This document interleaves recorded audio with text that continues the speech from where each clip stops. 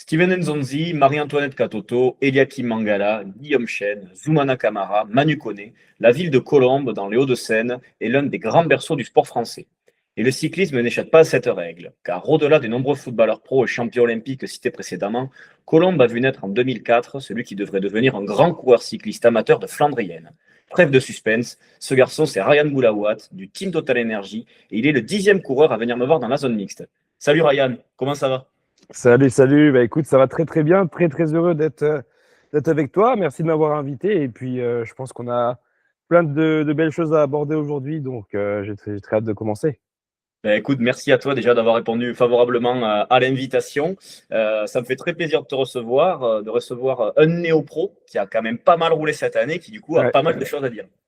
c'est vrai. Hein, c'est vrai, c'est vrai. Donc, on va pouvoir aborder plein de sujets sur une saison où j'ai connu des hauts, des bas, des bons moments et puis des courses de tous les types. Donc, il y a de la matière. Exactement, il y a beaucoup de matière et pour ceux qui n'ont pas encore regardé la page PCS de Ryan, vous allez comprendre pourquoi on dit qu'il y a de la matière. Il y a de tout, absolument de tout.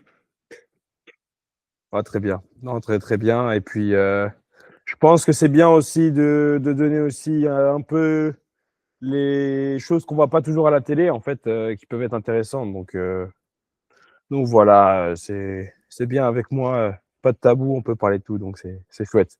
Exactement. De toute façon, c'est pour ça que j'ai créé l'émission, c'est pour qu'on puisse parler, voilà, à cœur ouvert de tout ce qui se passe dans la vie d'un cycliste, parce que, ben, comme je le répète souvent, on voit beaucoup de choses à la télé, mais vous, c'est plus que la télé.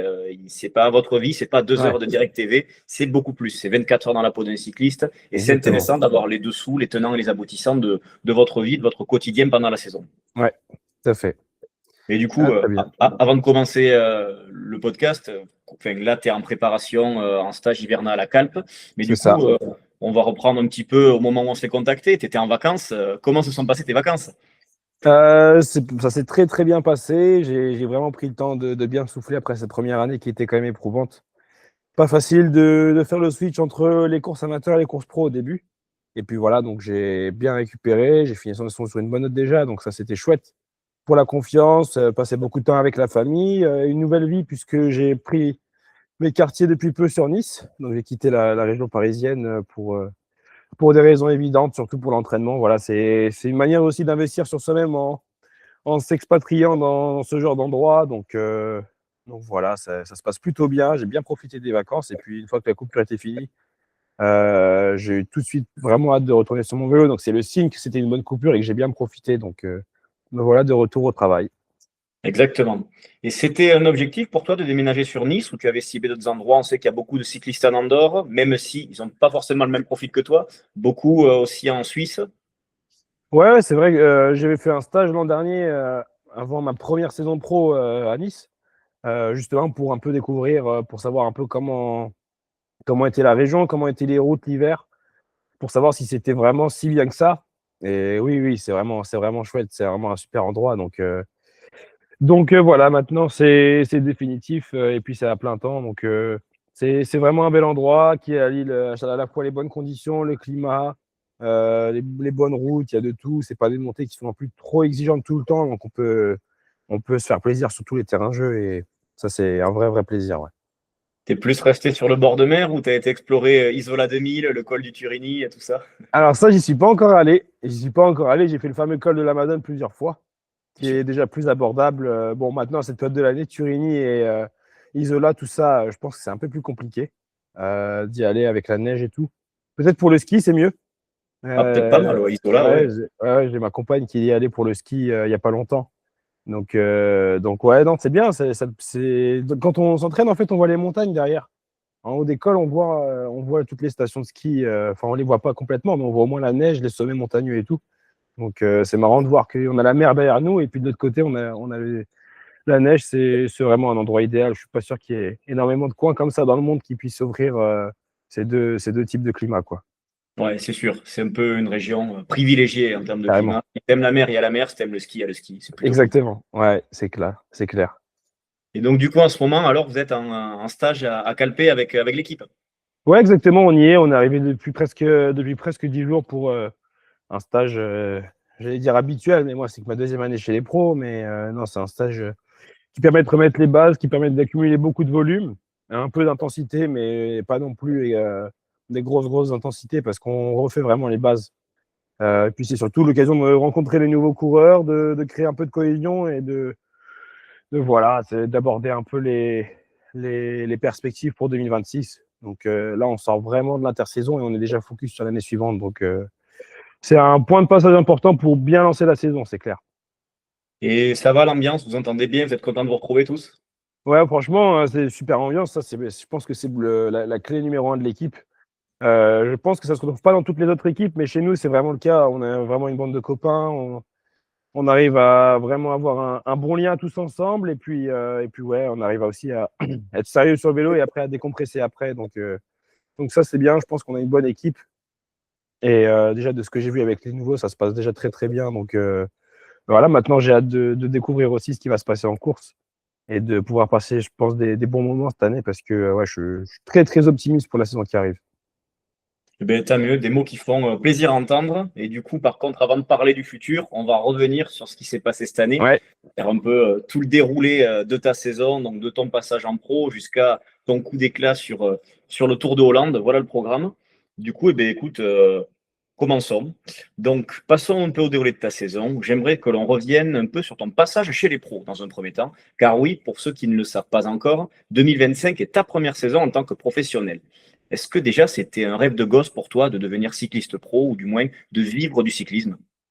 Oui, oui, c'est clair que devenir coureur cycliste professionnel, c'était un rêve d'enfant. J'ai commencé le vélo en 2016-2017 dans le club de ma ville. Au début, c'était surtout une manière de me mesurer aux autres enfants de mon âge. Et puis après, je me suis un peu plus intéressé au cyclisme professionnel par la suite, mais ça a toujours été un rêve au fond de moi. Mon père m'a déjà emmené voir l'étape sur les Champs-Élysées, la dernière étape, un moment qui me fait encore rêver aujourd'hui, peut-être mon plus grand rêve même. Et puis, c'est là où j'ai construit vraiment cette passion. On n'était pas très loin des Champs-Élysées, on avait 20-25 minutes. Donc, on pouvait voir passer les champions. C'était en 2017, donc le tour où Froome gagne devant Uran et Bardet, il me semble. C'est ça, exactement. Ouais, ouais. Donc, ouais, c'était un grand, grand moment. C'est encore frais dans ma tête ces souvenirs-là où il me portait sur ses épaules pour mieux voir, parce que c'est complètement plein chaque année les Champs-Élysées. Et ouais, c'est comme ça que la passion est venue. Et puis ouais, maintenant, c'est un rêve qui se réalise. Le chemin est encore long à parcourir parce que être, être pro, la vie de coureur, c'est bien, mais c'est aussi de faire les plus grandes courses et d'être impactant sur ces courses-là qui comptent pour moi aussi. Donc, il y a beaucoup de remises en question au quotidien pour être vraiment, vraiment prêt à être le meilleur possible, en tout cas. Tu te souviens, juste, je reviens sur l'arrivée aux Champs-Élysées 2017, tu te souviens de qui a gagné? Le sprint en 2017, Groenewegen, non? C'est ça, je crois que c'est la Ouais, première de Groenewegen sur le ouais, Tour de ouais, tout à fait. Ouais. Ouais, effectivement. Ben, d'ailleurs, tu vas pouvoir te mesurer à lui cette année sur la Coupe de France. Parce que Ouais, non, c'est il vrai. devrait avoir pas mal de manches. Ouais, c'est vrai qu'il y aurait pas mal de manches de Coupe de France si dans une équipe française, sous licence française. Donc, il y aura forcément un calendrier qui sera différent de qu'il avait connu auparavant. Et puis moi, je pense qu'aussi, prendrais part à des manches de Coupe de France, même si on n'a pas encore abordé cette partie du programme-là. Mais non, voilà, c'est des épreuves qui sont intéressantes pour moi parce que c'est différent du World Tour. Ça roule un peu moins vite qu'en World Tour. C'est des parcours différents aussi, plus ouverts. Donc, on va dire que c'est un point de passage dans ma carrière où si j'arrive à performer, c'est déjà très bien.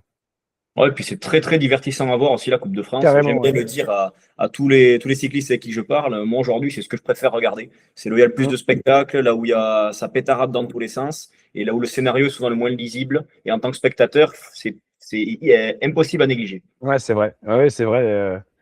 Contrairement à pas mal d'épreuves dans le World Tour, on arrive à peu près à savoir les 3-4 mecs qui vont jouer la victoire, peut-être même des fois un seul. Là, au moins, on sait jamais à l'avance, et c'est ça aussi qui fait le charme de ces courses, notamment toutes les courses bretonnes où il y a toujours plein de monde, peu importe les conditions météorologiques. Donc, ouais, je pense pouvoir prendre part à quelques-unes de ces courses-là et j'espère y performer en tout cas. Donc, ça va vraiment, vraiment bien.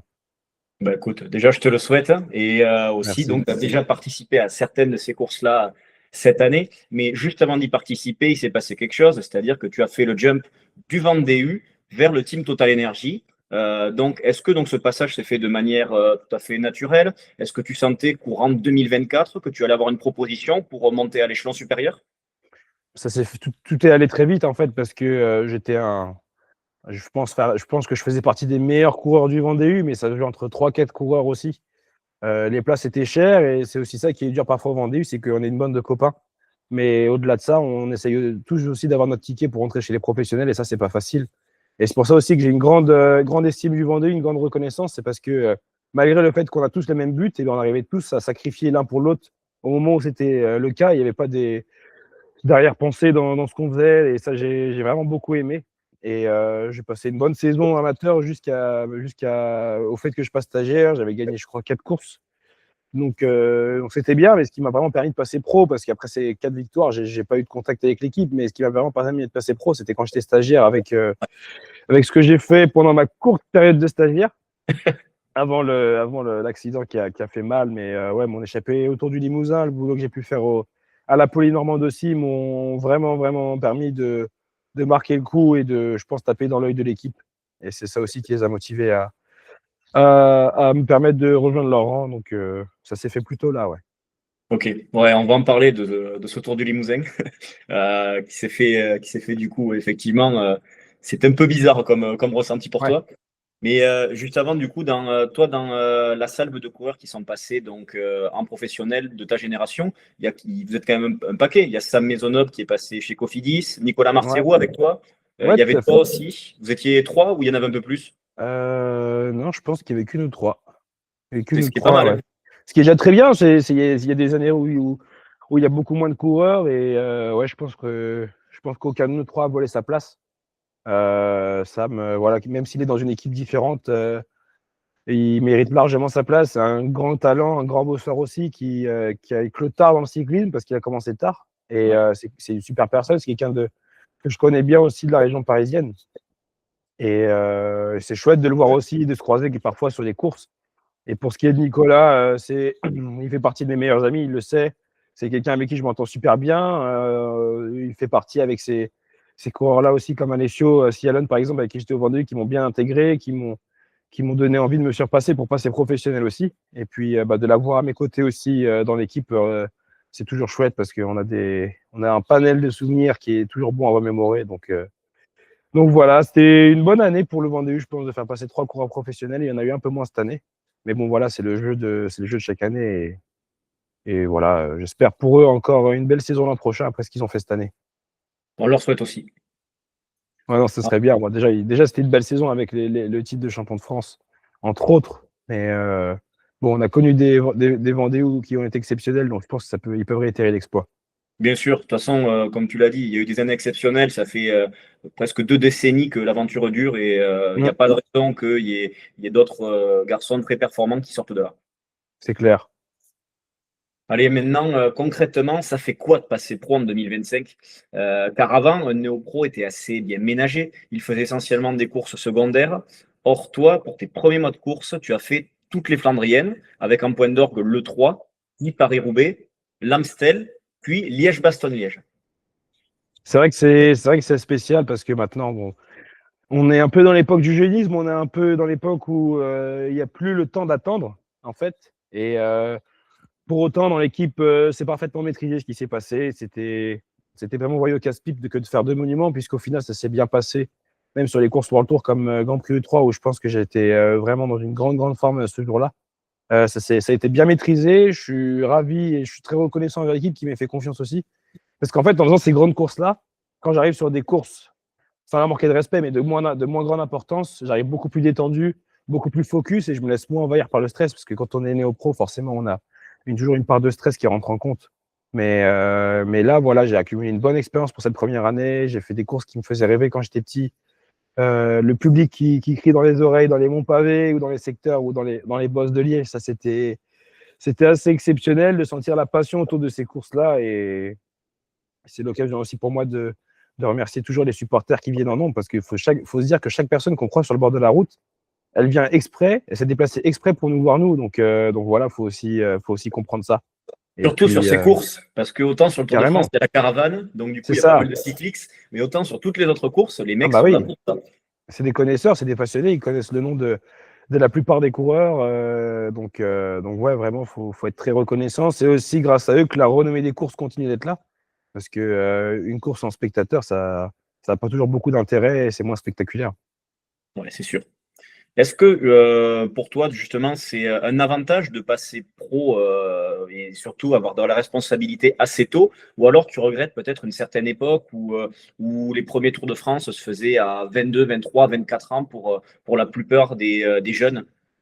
Non, je pense que l'époque dans laquelle on vit me convient bien. Moi, je suis prêt à relever tous les défis dans lesquels l'équipe vont me mettre encore cette année. J'ai grosse remise en question pendant l'hiver. Maintenant, je suis plus le même coureur que l'année dernière, en quête de découverte, j'étais un peu sur des petits pas en fait. Maintenant, voilà, je sais où je veux aller, je connais mes capacités aussi. Donc ça, après, c'est à moi, c'est vraiment ma responsabilité aussi d'être à mon meilleur niveau possible. Et je sais que l'équipe m'accompagnera. Donc non, franchement, j'ai vraiment bien apprécié ce qu'ils ont fait pour moi de me mettre sur autant de grandes courses.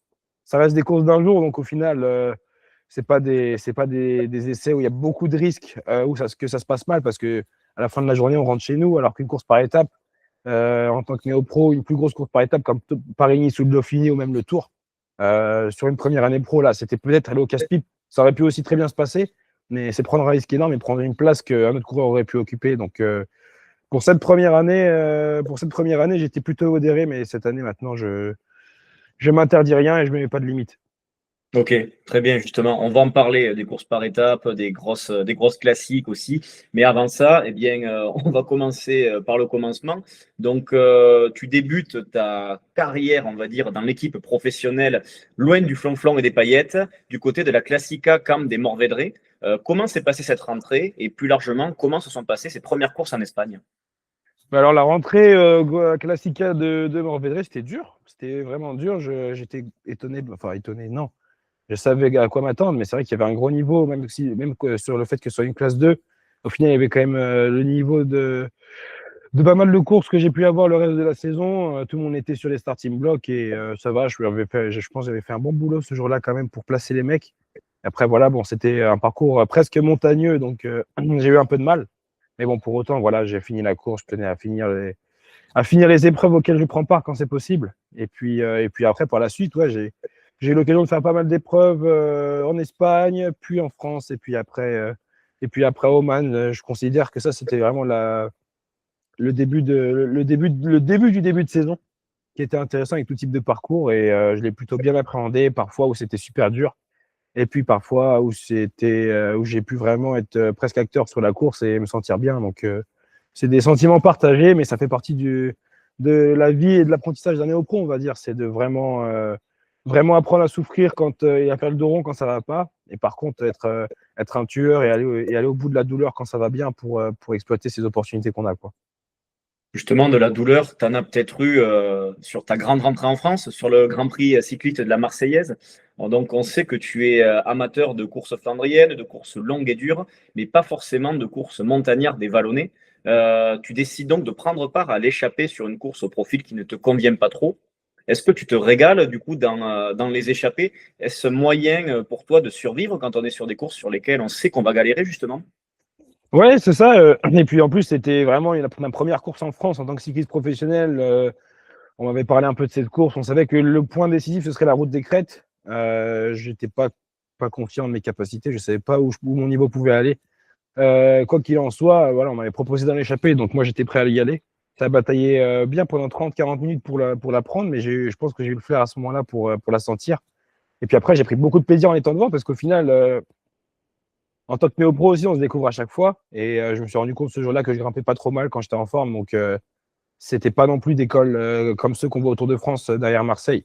Mais pour autant, voilà, je m'en suis bien sorti. J'ai réussi après à faire un petit forcing aussi dans la route des Crêtes. Donc, c'est une bonne expérience. Et puis, ça apprend aussi à gérer un écart avec un peloton, Ouais. essayer de jouer un peu. Et puis, une fois qu'on a fini le jeu, là, c'est plus que de la souffrance et de la concentration pour aller le plus loin possible. Donc, c'était une belle course. J'étais content de ma course. Quand je suis rentré chez moi, j'étais quand même satisfait et ça me laisse des bons souvenirs de cette course-là, même si bon, l'an prochain, j'y prendrai normalement pas part. Et puis en plus, ce sera une course aussi différente vu qu'ils ont raboté, ils ont enlevé la route des crêtes de la course. Donc ce sera différent. Mais voilà, c'est ce genre de course-là où c'est un parcours quand même amusant. Sans que ce soit trop montagneux, j'aime bien aussi parce qu'au final, ça colle quand même à mes qualités, même si j'ai un gabarit plus vraiment flandrien, à bien m'en sortir quand, quand ma santé le permet, moi, et que j'ai comment dire, que j'ai la force pour, quoi. Ouais. Et est-ce que tu appréhendais un petit peu de rerouler sur les routes françaises ou pas du tout? Parce que, voilà, on l'a évoqué tout à l'heure dans l'intro, mais il t'est arrivé quand même une sacrée aventure sur le Tour du Limousin 2024. Ça avait mis, Ouais, à ta saison de manière très prématurée. Donc, si je dis pas de bêtises, tu avais pris une échappée sur la première étape, tu vas chercher le maillot à pois ouais. et ensuite, tu te casses la gueule et là, c'est hôpital. Et là, c'était l'hôpital. Énorme ascenseur émotionnel parce que la veille, j'étais vraiment content de ce que j'avais fait. On était dans l'échappée qui était sorti en costaud avec, de mémoire, il y avait Madouas, Alex Baudin et Louis Barré. Donc Ouais, bah, voilà. on était nous quatre devant. Donc quand on voit le parcours de ces trois-là, je pense que j'étais vraiment dans une grande journée. Et le lendemain, j'étais plein d'envie. Cette fois dans un rôle où je devais placer les coéquipiers. Et puis dans une descente où ça frottait un peu, c'était un peu nerveux. Moi, j'étais plein de fougue et néo-pro. Je me suis dit que j'allais pas laisser ma place. Et sauf qu'on était à plus de 70, presque 80 km/h. Et il y a un coureur qui m'a tassé. J'ai pas voulu freiner. Et au final, c'était trop juste. Et je suis allé dans le fossé. Et là, je me rappelle pas de grand-chose. Donc là, je pourrais pas vous dire exactement ce qui s'est passé, même si j'ai revu les images. Mais j'ai percuté un poteau, ce qui a fait que je me suis cassé les deux clavicules, plus l'omoplate et deux côtes. C'était pas un moment facile. Parce que bon, déjà, ça faisait mal, Ouais. évidemment. Et puis après, ouais, c'est un gros ascenseur émotionnel parce qu'on comprend pas tout de suite ce qui s'est passé. Et puis ça remet aussi en question le danger sur les courses cyclistes. Quand tout va bien, on n'y pense pas trop, mais quand on a ce genre de moment-là aussi, il faut faire le vide dans sa tête, mais bon, il faut aussi être conscient que le danger, il est partout. Là, je suis à l'hôtel. Si je prends les escaliers, ça se trouve, je trébuche et je me casse un os aussi. Donc, il faut mesurer le risque de manière réfléchie. Et voilà, c'est vrai que ça a marqué un bon coup d'arrêt, mais l'équipe m'a pas non plus trop fait patienter pour m'annoncer aussi la bonne nouvelle.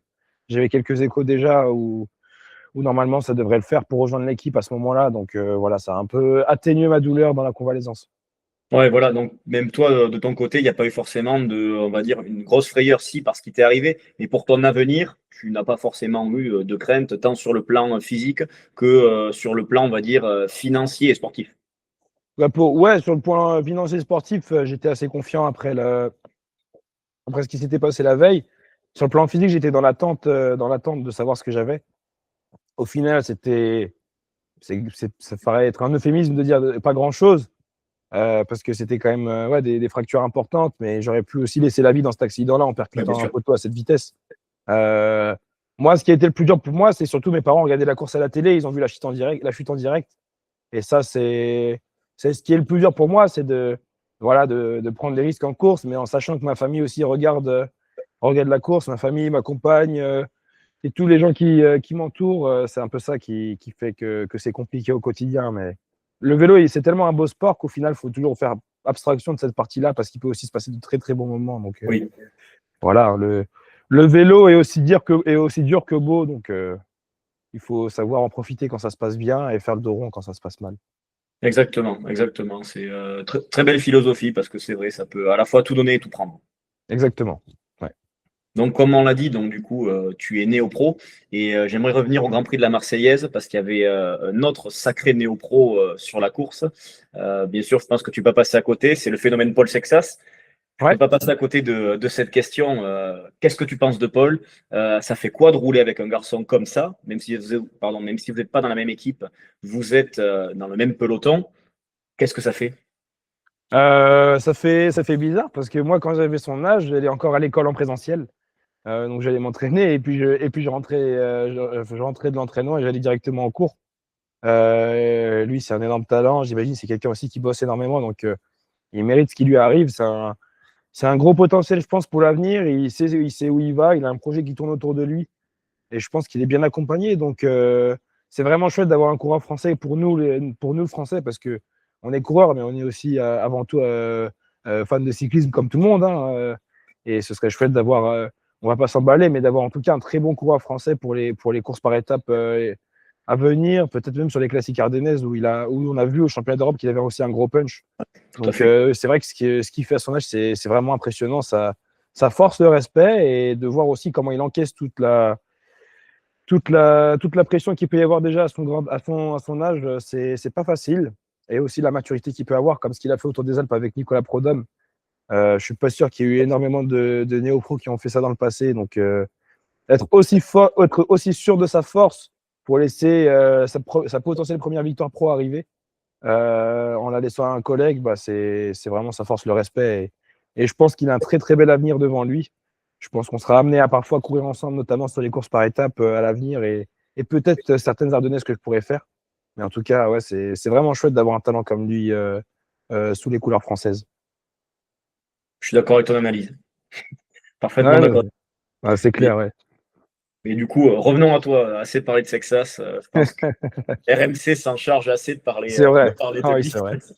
Ils en parlent pas mal. Donc après Marseille, direction le Tour d'Oman. Donc toi, c'est ta première course par étape de ta saison. J'allais Ouais, dire de ta carrière professionnelle, mais non, parce que du coup, il y a eu le Tour du Limousin. ouais. Du coup, quelle est la différence justement entre les courses qu'on trouve comme ça au Moyen-Orient sur des routes très larges et les courses par étapes, les nombreuses courses par étapes qu'on peut trouver en France? C'est complètement différent, hein. Le Tour d'Oman, c'est beaucoup, beaucoup de parties très plates sur des routes extrêmement larges. Donc, en fait, concrètement, dans les ronds, on ne force pas, hein. La plupart du temps, dans les ronds, on ne force pas quand on laisse l'échapper 7-8 minutes d'avance sur les étapes les plus plates. Après, il y a eu une étape cette année où Louis Vervac a gagné, où on a bien, bien Ouais. roulé toute la journée. C'était une étape super dure, celle-là. Mais sinon, la trois quarts des étapes, on force pas trop, en fait, jusqu'au final. Après, le final, c'est le final, hein, ça roule toujours très vite.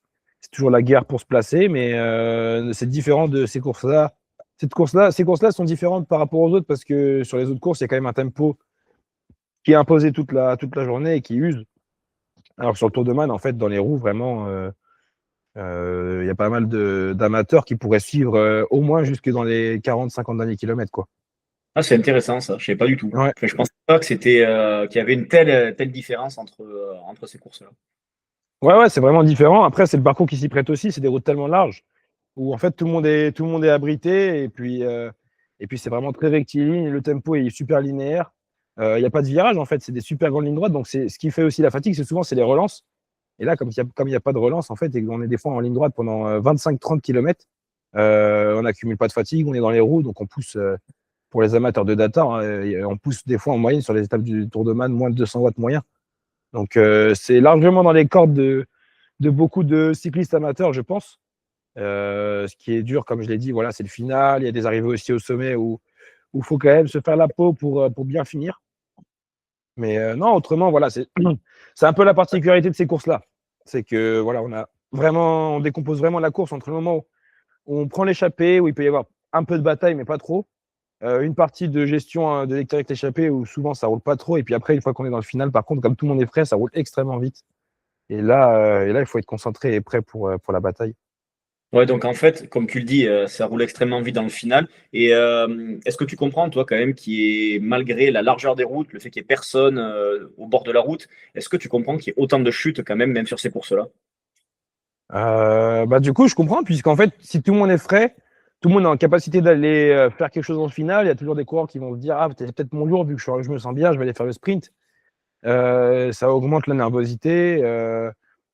Souvent, c'est sur ces courses-là où, quand ça roule pas, il y a beaucoup, beaucoup de nervosité et beaucoup de chutes.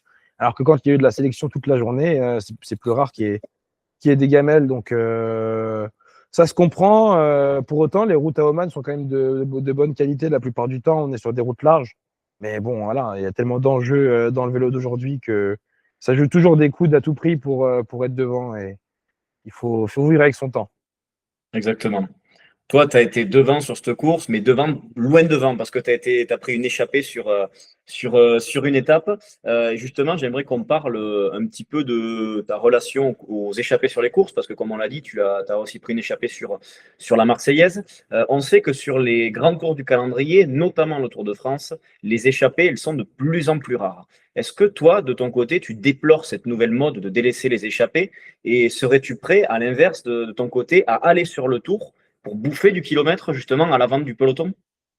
Déjà, dans une première partie, oui, c'est dommage que les échappées aillent moins souvent au bout. C'est Mais aussi en lien. pas forcément au bout, plutôt même tout court. On va sur le Tour de Ah France, oui, il y a qui de sont, moins que les en moins coureurs sont d'échappées moins incités. publicitaires. Ouais, En fait, ça se comprend quand il y a, par exemple, le lendemain, une étape qui est très dure. Parce qu'en fait, quand il y a une étape qui est très dure, tout le monde est un peu effrayé, tout le monde a un peu peur de ne pas être dans les délais, parce que le niveau est tellement élevé, en fait, que la moindre petite fatigue supplémentaire, on peut la payer cash. Donc, c'est pour ça que j'ai absolument aucun jugement pour ceux qui font ça. Je pense que c'était pas le cas à l'époque, dans l'ancien vélo, comme on aime bien l'appeler, qu'il y avait avant les années Covid, même si ça roulait bien sûr aussi fort, mais c'était différent. Et là, forcément, je pense que ça effraie un peu plus de monde. Mais ça met aussi, du coup, plus en valeur les plus vaillants. Et voilà, j'ai fait pas mal d'échappées cette année pour prendre de l'expérience, pour prendre de la caisse aussi, parce que quand on est échappé, on force énormément pour rester, pour garder l'écart. Et puis un jour, ouais, je suis prêt quand l'équipe me demandera aller sur le Tour de France. Pour tous les rôles, mais notamment ouais, bouffer du kilomètre, comme tu l'as dit, que ce soit en tête de peloton, soit dans l'échappée. Je ferai ce qu'ils me demanderont, mais bon, la plus belle course du monde, ça se refuse pas, donc je suis prêt à y aller quand ils auront besoin de moi. bah, écoute, l'appel est passé. On le transmettra au DS. Très Euh, bien.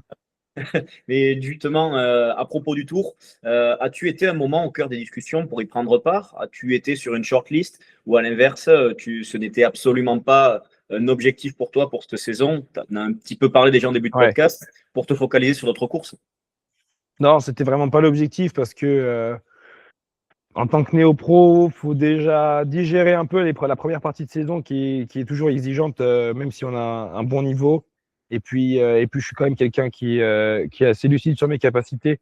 Il faut d'abord que j'apprenne d'abord sur les courses par étapes d'une semaine, comme Paris-Nice ou le Dauphiné, qui sont des courses qui sont, on va dire, les précurseurs du Tour.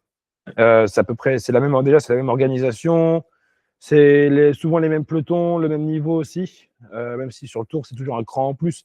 Mais voilà, je dois d'abord passer par ces points de passage-là pour me rendre compte un peu du niveau. Et puis ensuite, on verra si je suis capable d'aller sur le Tour de France. Mais je suis toujours conscient qu'il faut faire étape par étape. Et puis après, si j'ai validé ces étapes-là, on pourra plus en discuter sérieusement. Mais ça n'a jamais été dans mon esprit l'an dernier, en tout cas. Et en dehors du Tour de France, est-ce qu'il y a un autre grand tour qui te fait rêver? Peut-être soit la Vuelta, soit le Giro. Lequel des deux, enfin des trois, te fait le plus rêver? Bon, en premier, forcément, c'est le Tour parce que on est français et puis le Tour, c'est le Tour, hein, quoi qu'il arrive. Sur les deux autres grands tours, honnêtement, j'ai pas d'avis sur lequel serait mon préféré ou pas. Les deux sont des très belles courses qui sont très différentes aussi, notamment en termes de climat, mais aussi en termes de densité. Au niveau du placement dans la saison, c'est vrai que le Giro, ça peut être un peu différent parce que si je fais Liège, il faudrait après vite récupérer, faire un bloc d'entraînement pour après être prêt pour le Giro, là où pour la Vuelta, on a plus de temps pour se préparer et faire du vu et être vraiment, vraiment prêt. Et puis après, c'est des parcours différents. Le Giro, ça peut parfois être plus ouvert, là où le Tour d'Espagne, des fois, tu auras toujours un pétard de 2 km à 10% pour faire la sélection, ce qui ne me convient pas toujours. J'aime bien les boss raids, mais bon, 2 km, ça commence à faire un peu long. 2 km, ça peut être encore abordable, mais des fois, c'est plus que ça.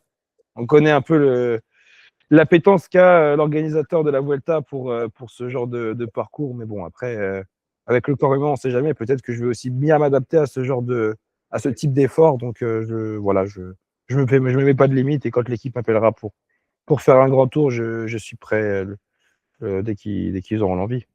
Exactement, tu as raison, comme tu le dis, tu es encore jeune, tu as largement le Ouais. temps de prouver tes limites, de trouver tes capacités, de te découvrir. Donc, c'est pour ça, c'est un beau discours. Prenons le temps aussi. Faut prendre le temps, exactement. Après, pas trop non plus, parce que ça passe vite une carrière et tout ce qui est pris n'est plus à prendre.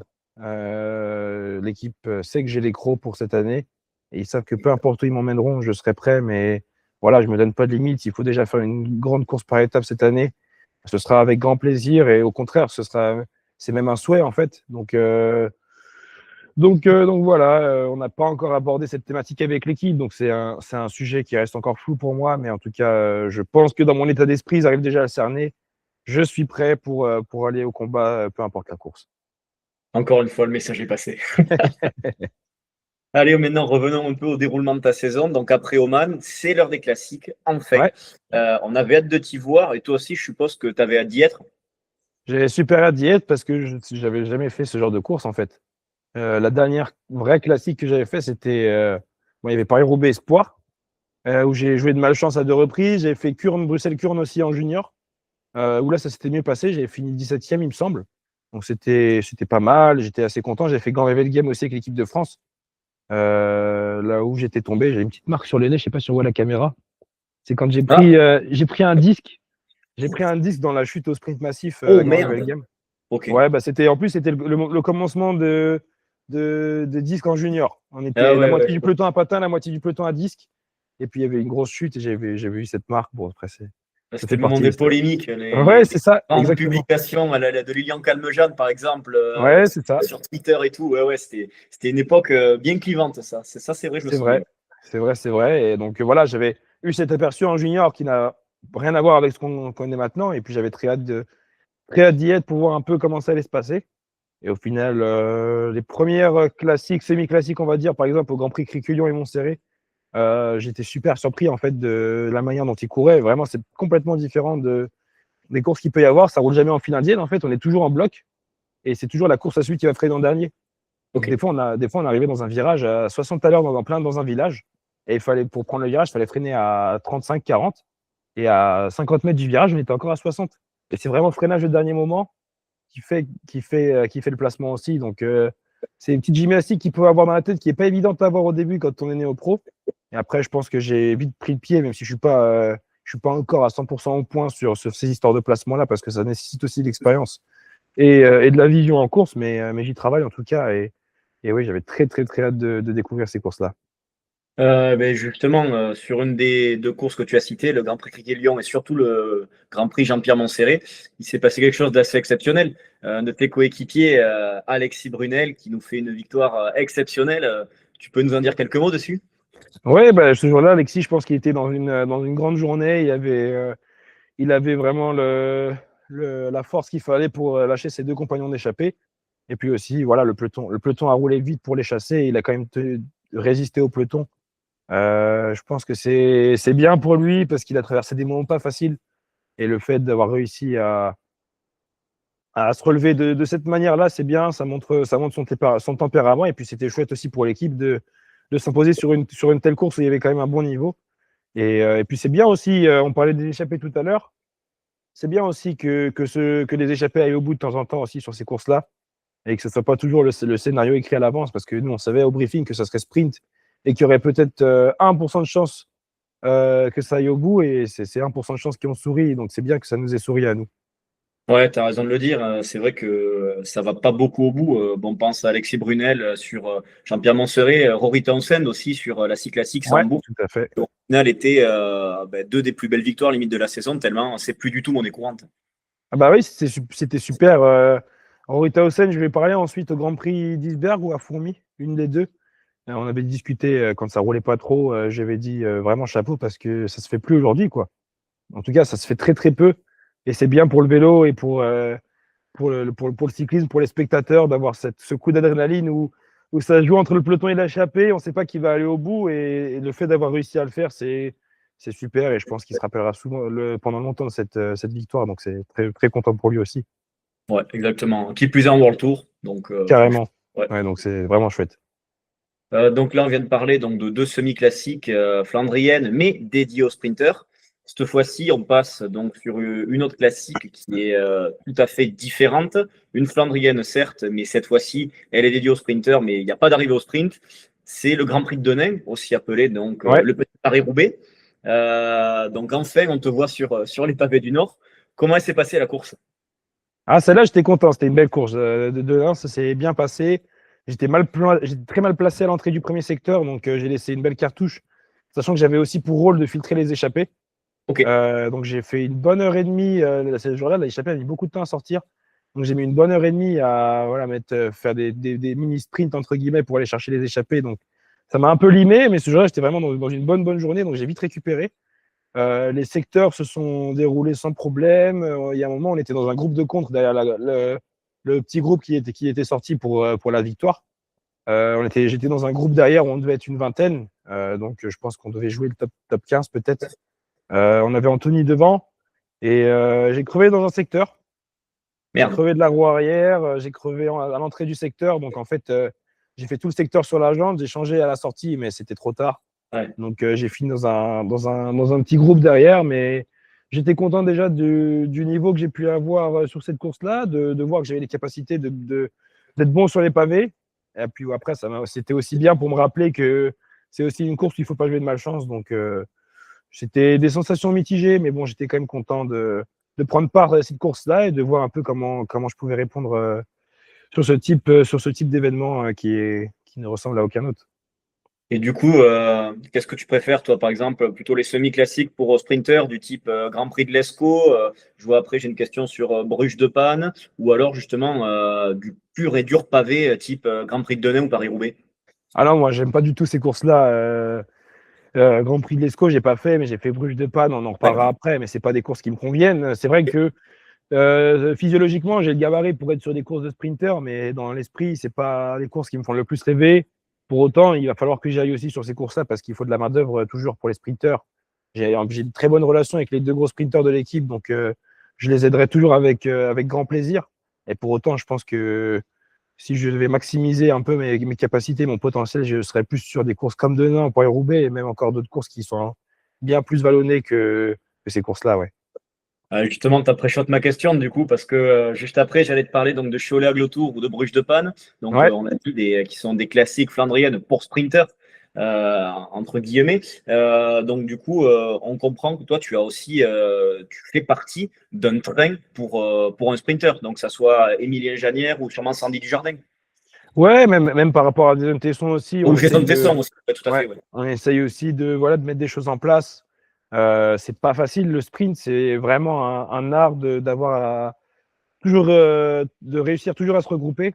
J'ai réussi à faire, je pense, un bon boulot déjà pour Anthony Turgis quand il fait 2 à Majorque, Ouais. où j'étais là encore jusqu'à dans le dernier kilomètre. J'ai essayé de l'aider tant bien que mal. À Oman aussi, j'étais un peu plus dans les trains. J'ai été un peu plus en retrait sur les trains par la suite. Mais oui, Cholet, c'est entre sprinter et baroudeur cette année, c'est Kubis qui gagne, je crois. C'est sorti un peu en costaud. Et il y avait la météo qui a aussi aidé, mais normalement, c'est souvent sprint quand ça se passe bien. Ouais. Et Bruges de Panne, là, par contre, c'était un carnage cette course, hein. C'était vraiment, vraiment super dur. Déjà, ça avait bien roulé toute la journée. Malgré que le fait que ce soit plat, tu vois, c'est complètement différent d'une course comme on parle des sprints à Oman où c'est super facile. Mais là, ça avait roulé toute la journée. En plus, il y a toujours des parties vent de côté où le peloton est un peu tendu, les grosses relances. Et puis finalement, je te disais que la nervosité, des fois, elle diminuait avec la fatigue, mais au final, on arrive dans les 5 derniers kilomètres et là, c'était pas une bonne pub pour le vélo avec toutes les chutes qu'il y a eu. Et bon, voilà, ça arrive aussi que parfois on est ce genre d'événement. Mais bon, voilà, c'est le genre de course que je veux pas faire à l'avenir. Mais après, voilà, on a aussi des responsabilités à assumer. Donc, s'il m'appelle pour y aller, comme je l'ai dit dans le passé, j'y irai avec grand plaisir et je serai prêt à faire ce qu'il faut. En plus, tu as très justement cité toutes les grosses chutes qu'il y a eu à Bruges de Panne. Il le pécage Ouais. d'ailleurs, parce que si je dis pas de bêtises, la course a été reléguée, non? Il me semble, c'est plus Noir le Tour. Ah, ça, je sais pas du tout. Ou alors elle change de nom, je sais plus, mais déjà que, je sais pas si tu te souviens, il y a quelques années, c'était une course par étapes. Ouais, 3 jours de la panne, ouais, c'est ça. 3 jours de la panne, et ouais, c'est vrai que malheureusement, c'est pas bon du tout pour l'organisation ce qui s'est passé cette année, je pense. C'est pas bon pour l'organisation ce qui s'est passé cette année. Et c'est dommage parce que il y a des années où ça se passe bien aussi, où il y a du vent de côté, où il y a de la pluie, et du coup, ça fait une vraie course de mouvement. Ouais. Mais là, cette année, voilà, c'était pas assez dur, même si c'était quand même une course pas facile. Et ça a mis énormément de nervosité avec tous les virages qu'il y avait. Il y avait aussi un rétrécissement à 1 kilomètre de l'arrivée qui a créé une énorme chute aussi. C'est cette somme d'éléments-là qui fait aussi qu'il y a des chutes parfois, les îlots directionnels aussi. On en parle souvent. Ouais. Donc, voilà. C'est pas une bonne pub pour le vélo, mais bon, après, il y a toujours 2, 3 courses dans le calendrier où c'est carnage aussi. On peut pas trop l'éviter parfois. Ouais, c'est vrai, oui, oui. On parlait juste avant un petit peu de ton rôle, toi justement, dans le train des sprinters, donc que ce soit pour Jason Tesson ou Emilien Janière. Est-ce que Ouais. tu as un rôle prédéfini ou alors est-ce que tu testes plusieurs postes tout simplement? Est-ce que tu as déjà été poisson de pilote, être le dernier dans le dernier kilomètre ou à l'inverse, en mode Team de Klerk à rouler des heures derrière une échappée? Quelle est ton habitude, toi, dans un train pour sprinter? Alors, j'ai pas de rôle proprement défini. Je suis pas inclus dans tous les projets de sprint qu'il peut y avoir dans l'équipe, je suis pas dans ce groupe-là exprès parce que on va dire que mes qualités vont aussi à d'autres, sur d'autres, se focaliser aussi sur d'autres courses.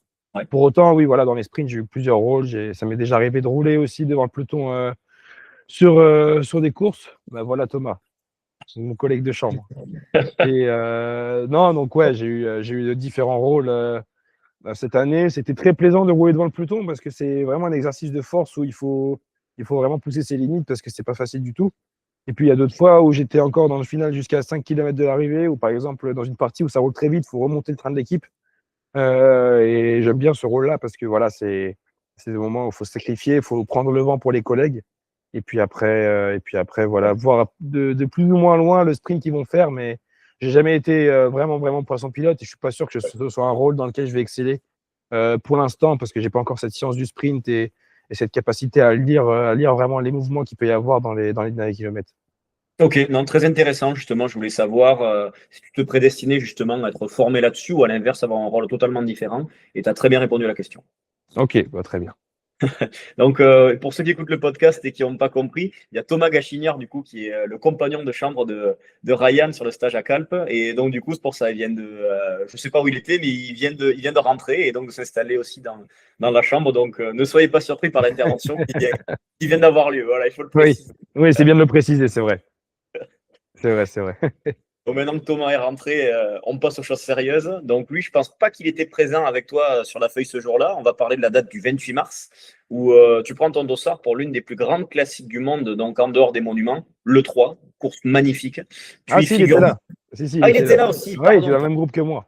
Ok, bah, Oui, oui, écoute. je me rappelle bien, ouais. Donc mes excuses à Thomas, il était lui aussi sur le 3. Donc, Et- tu y figures bien car ouais. tu termines dans le paquet, donc c'est-à-dire dans le groupe allant de la 10e à la 60e place. Donc, voilà, donc très très bien placé. Raconte-nous un peu cette 3, cette course mythique. Bah, E3, je pense que vraiment, c'est une des courses les plus dures du calendrier. C'est un peu prémisse du Tour des Flandres. Donc, Le Tour de France à l'envers, pour ceux qui connaissent pas.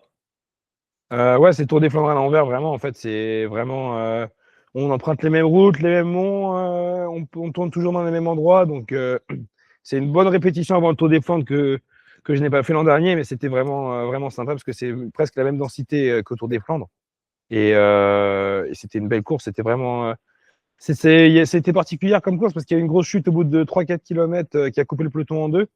Donc, ça a vraiment lancé la course tout de suite où il a fallu chasser. Il n'y a pas eu un moment de répit. Et ce jour-là, j'étais vraiment content, hein. J'avais vraiment des très, très bonnes jambes. J'ai réussi à avoir un placement qui était quand même correct, qui m'a permis d'accrocher ce groupe-là. Et puis après, on était quand même quatre de l'équipe dans ce groupe qui arrive pour la 10e place. On a fait du boulot pour notre collègue Anthony Turgis. C'était une belle course. Je me rappelle avoir eu la capacité même d'attaquer à un moment dans la course après un secteur pavé. C'était marrant quand je me suis retourné, c'était Van Aert qui avait dans la roue.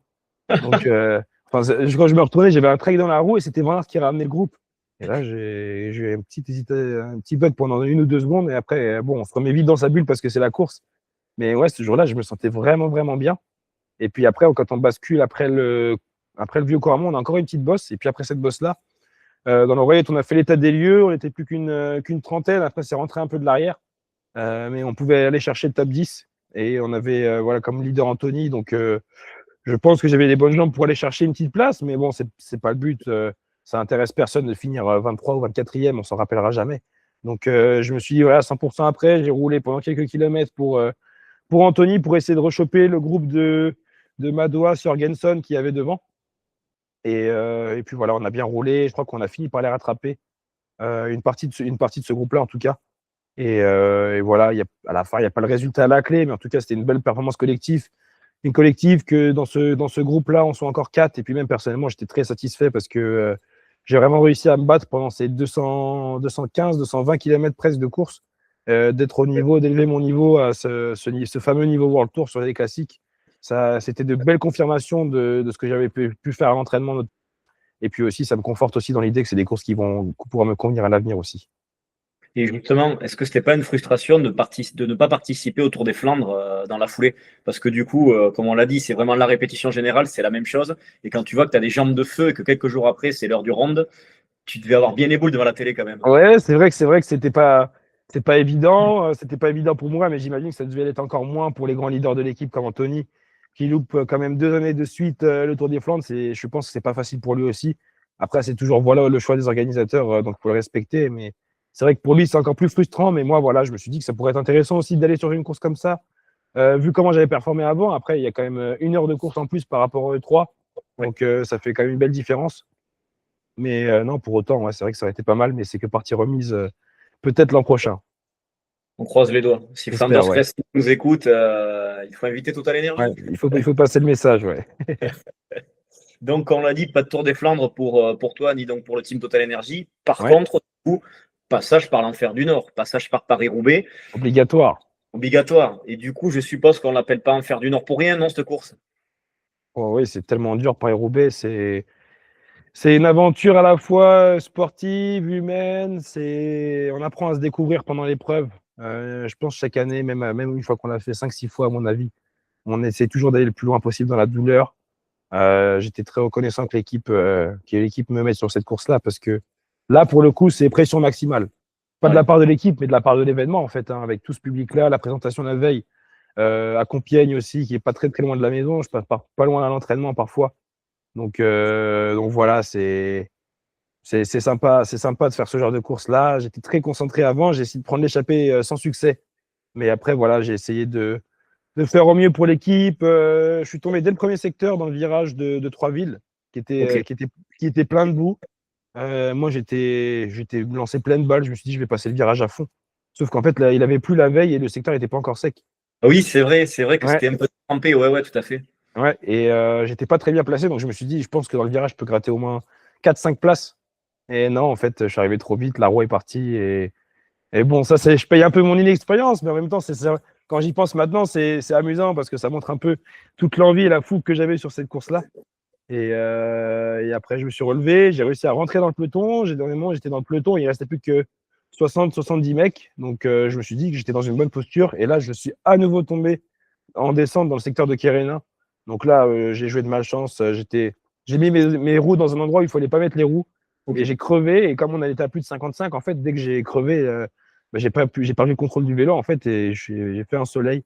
Et là, par contre, c'était fin de course parce que je me suis retrouvé dans la pampa tout seul. Et j'ai fait presque de Harambert jusqu'à l'arrivée, presque tout seul en fait. Ouf. Oh oui, oui. Donc Ouais. quasiment 60-70 bornes, les gars, si je dis pas de bêtises, un truc comme ça. Plus de Harambert, à la sortie d'Harambert, je crois qu'il reste 94 km presque. Donc, ouais, un bon 2 heures, 2 heures et demie presque quand on est lâché. Je pense que c'est ça aussi que je paye pour le fait que je ne sois pas dans les délais. C'est aussi que j'ai roulé tout seul. Eh ben oui, oui. Mais pour autant, voilà, je voulais surtout pas abandonner parce qu'en vrai, j'avais rien de cassé. J'avais très mal. J'avais pas des grosses plaies, mais ça faisait quand même très mal la chute. J'étais un peu déplacé, je pense.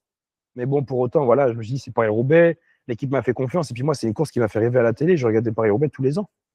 Tous les ans, je regardais Paris-Roubaix. Donc là, je me suis dit, maintenant que j'y suis, il faut assumer. Et je suis allé au bout de la douleur parce que ça s'est vraiment pas fait tout seul pour finir Roubaix.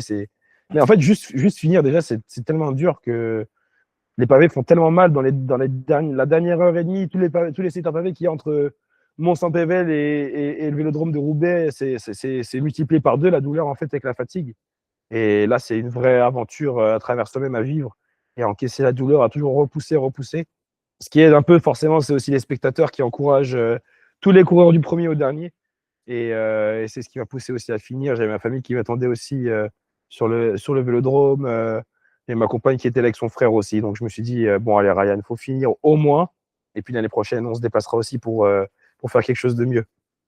Et il n'était pas fermé le vélodrome une année, je sais plus, Non, oui, c'était c'était Navas, non? c'était Evaldos Tiskevicius, je crois. Ah, c'était Sivkevicius, ouais, ouais, Et là, d'ailleurs, c'était pour beau, je crois. l'anecdote, l'année suivante, il fait top 10. Ouais, c'est ça qui est marrant. Ouais, C'est c'est ça ça qui qui est est incroyable. énorme. Donc c'est pour ça que c'est comme je disais tout à l'heure, je m'interdis rien et je me mets pas de barrière parce qu'avec le vélo, on sait jamais, hein. D'une année Ouais. sur l'autre, tout peut basculer. Donc j'ai pas encore l'info si je serai au départ de Roubaix l'année prochaine parce que bon déjà il faut passer tout le reste des classiques avant, il peut y avoir des chutes, il peut y avoir des maladies. Mais bon, en tout cas, si je suis au départ, j'essaierai de faire le mieux possible et d'aller chercher la meilleure performance et d'aider l'équipe au mieux parce que je pense qu'on va s'aligner avec une belle équipe encore cette année. Pourquoi pas l'héritier de Sébastien Turgot.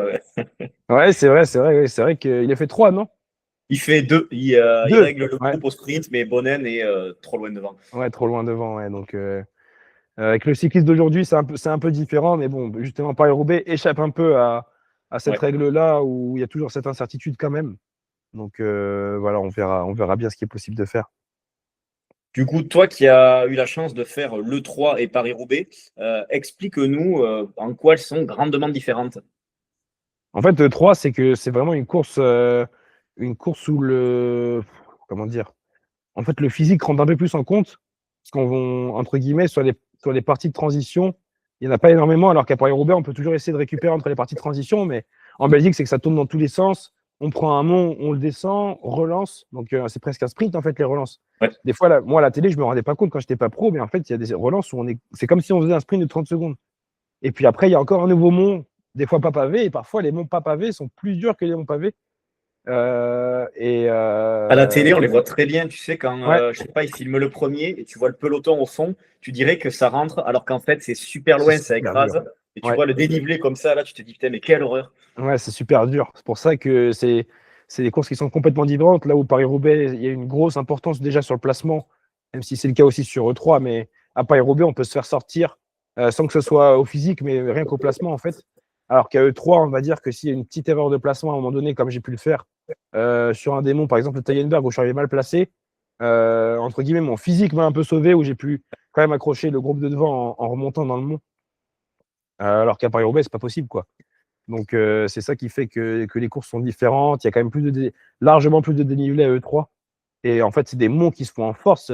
Par exemple, quand on montait le Paterberg, on monte la partie la plus raide du Paterberg, on n'est même pas à 70 de cadence presque, tellement c'est raide. Ouais. Alors qu'à Paris-Roubaix, on peut toujours moduler sa cadence comme on veut, même s'il faut toujours quand même pédaler un minimum en force. C'est voilà un peu ce qui fait la différence entre ces deux courses. Et toi, qu'est-ce que tu préfères du coup?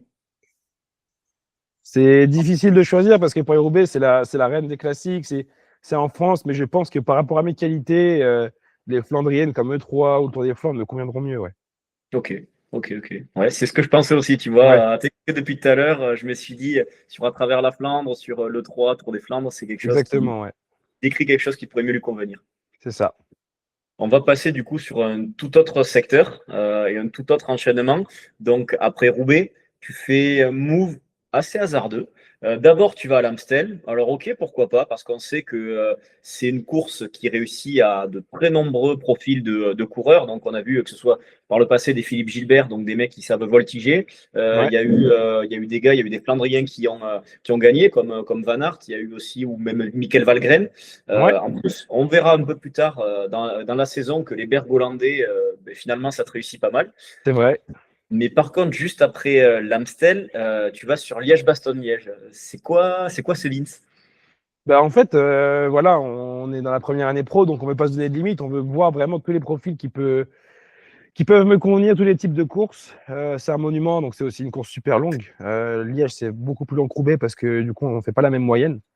Et l'Amstel, ça s'était moins bien passé parce que j'étais pas malade, mais j'étais très fatigué de Roubaix, en fait. C'est une Ah course oui. qui est tellement dure qu'on met pas 2 jours à s'en remettre, quoi. C'est pour ça qu'il faut toujours saluer les coureurs qui arrivent à performer sur Roubaix et sur l'Amstel. C'est toujours des coureurs qui sont en très, très grandes conditions parce que l'enchaînement est super dur. Donc Liège, j'étais un peu étonné au premier abord aussi d'aller là-bas, mais super heureux, en fait, super excité d'y aller. Et puis au final, ça s'est bien passé. J'avais moins de pression qu'à Roubaix parce que du coup, j'avais déjà fait un monument, mais j'étais très, très concentré, bien dans ma bulle au départ et je savais que je voulais être dans l'échappée directement parce que c'était aussi une manière d'exister sur cette course. On savait à 80% de chances que Tadej allait gagner.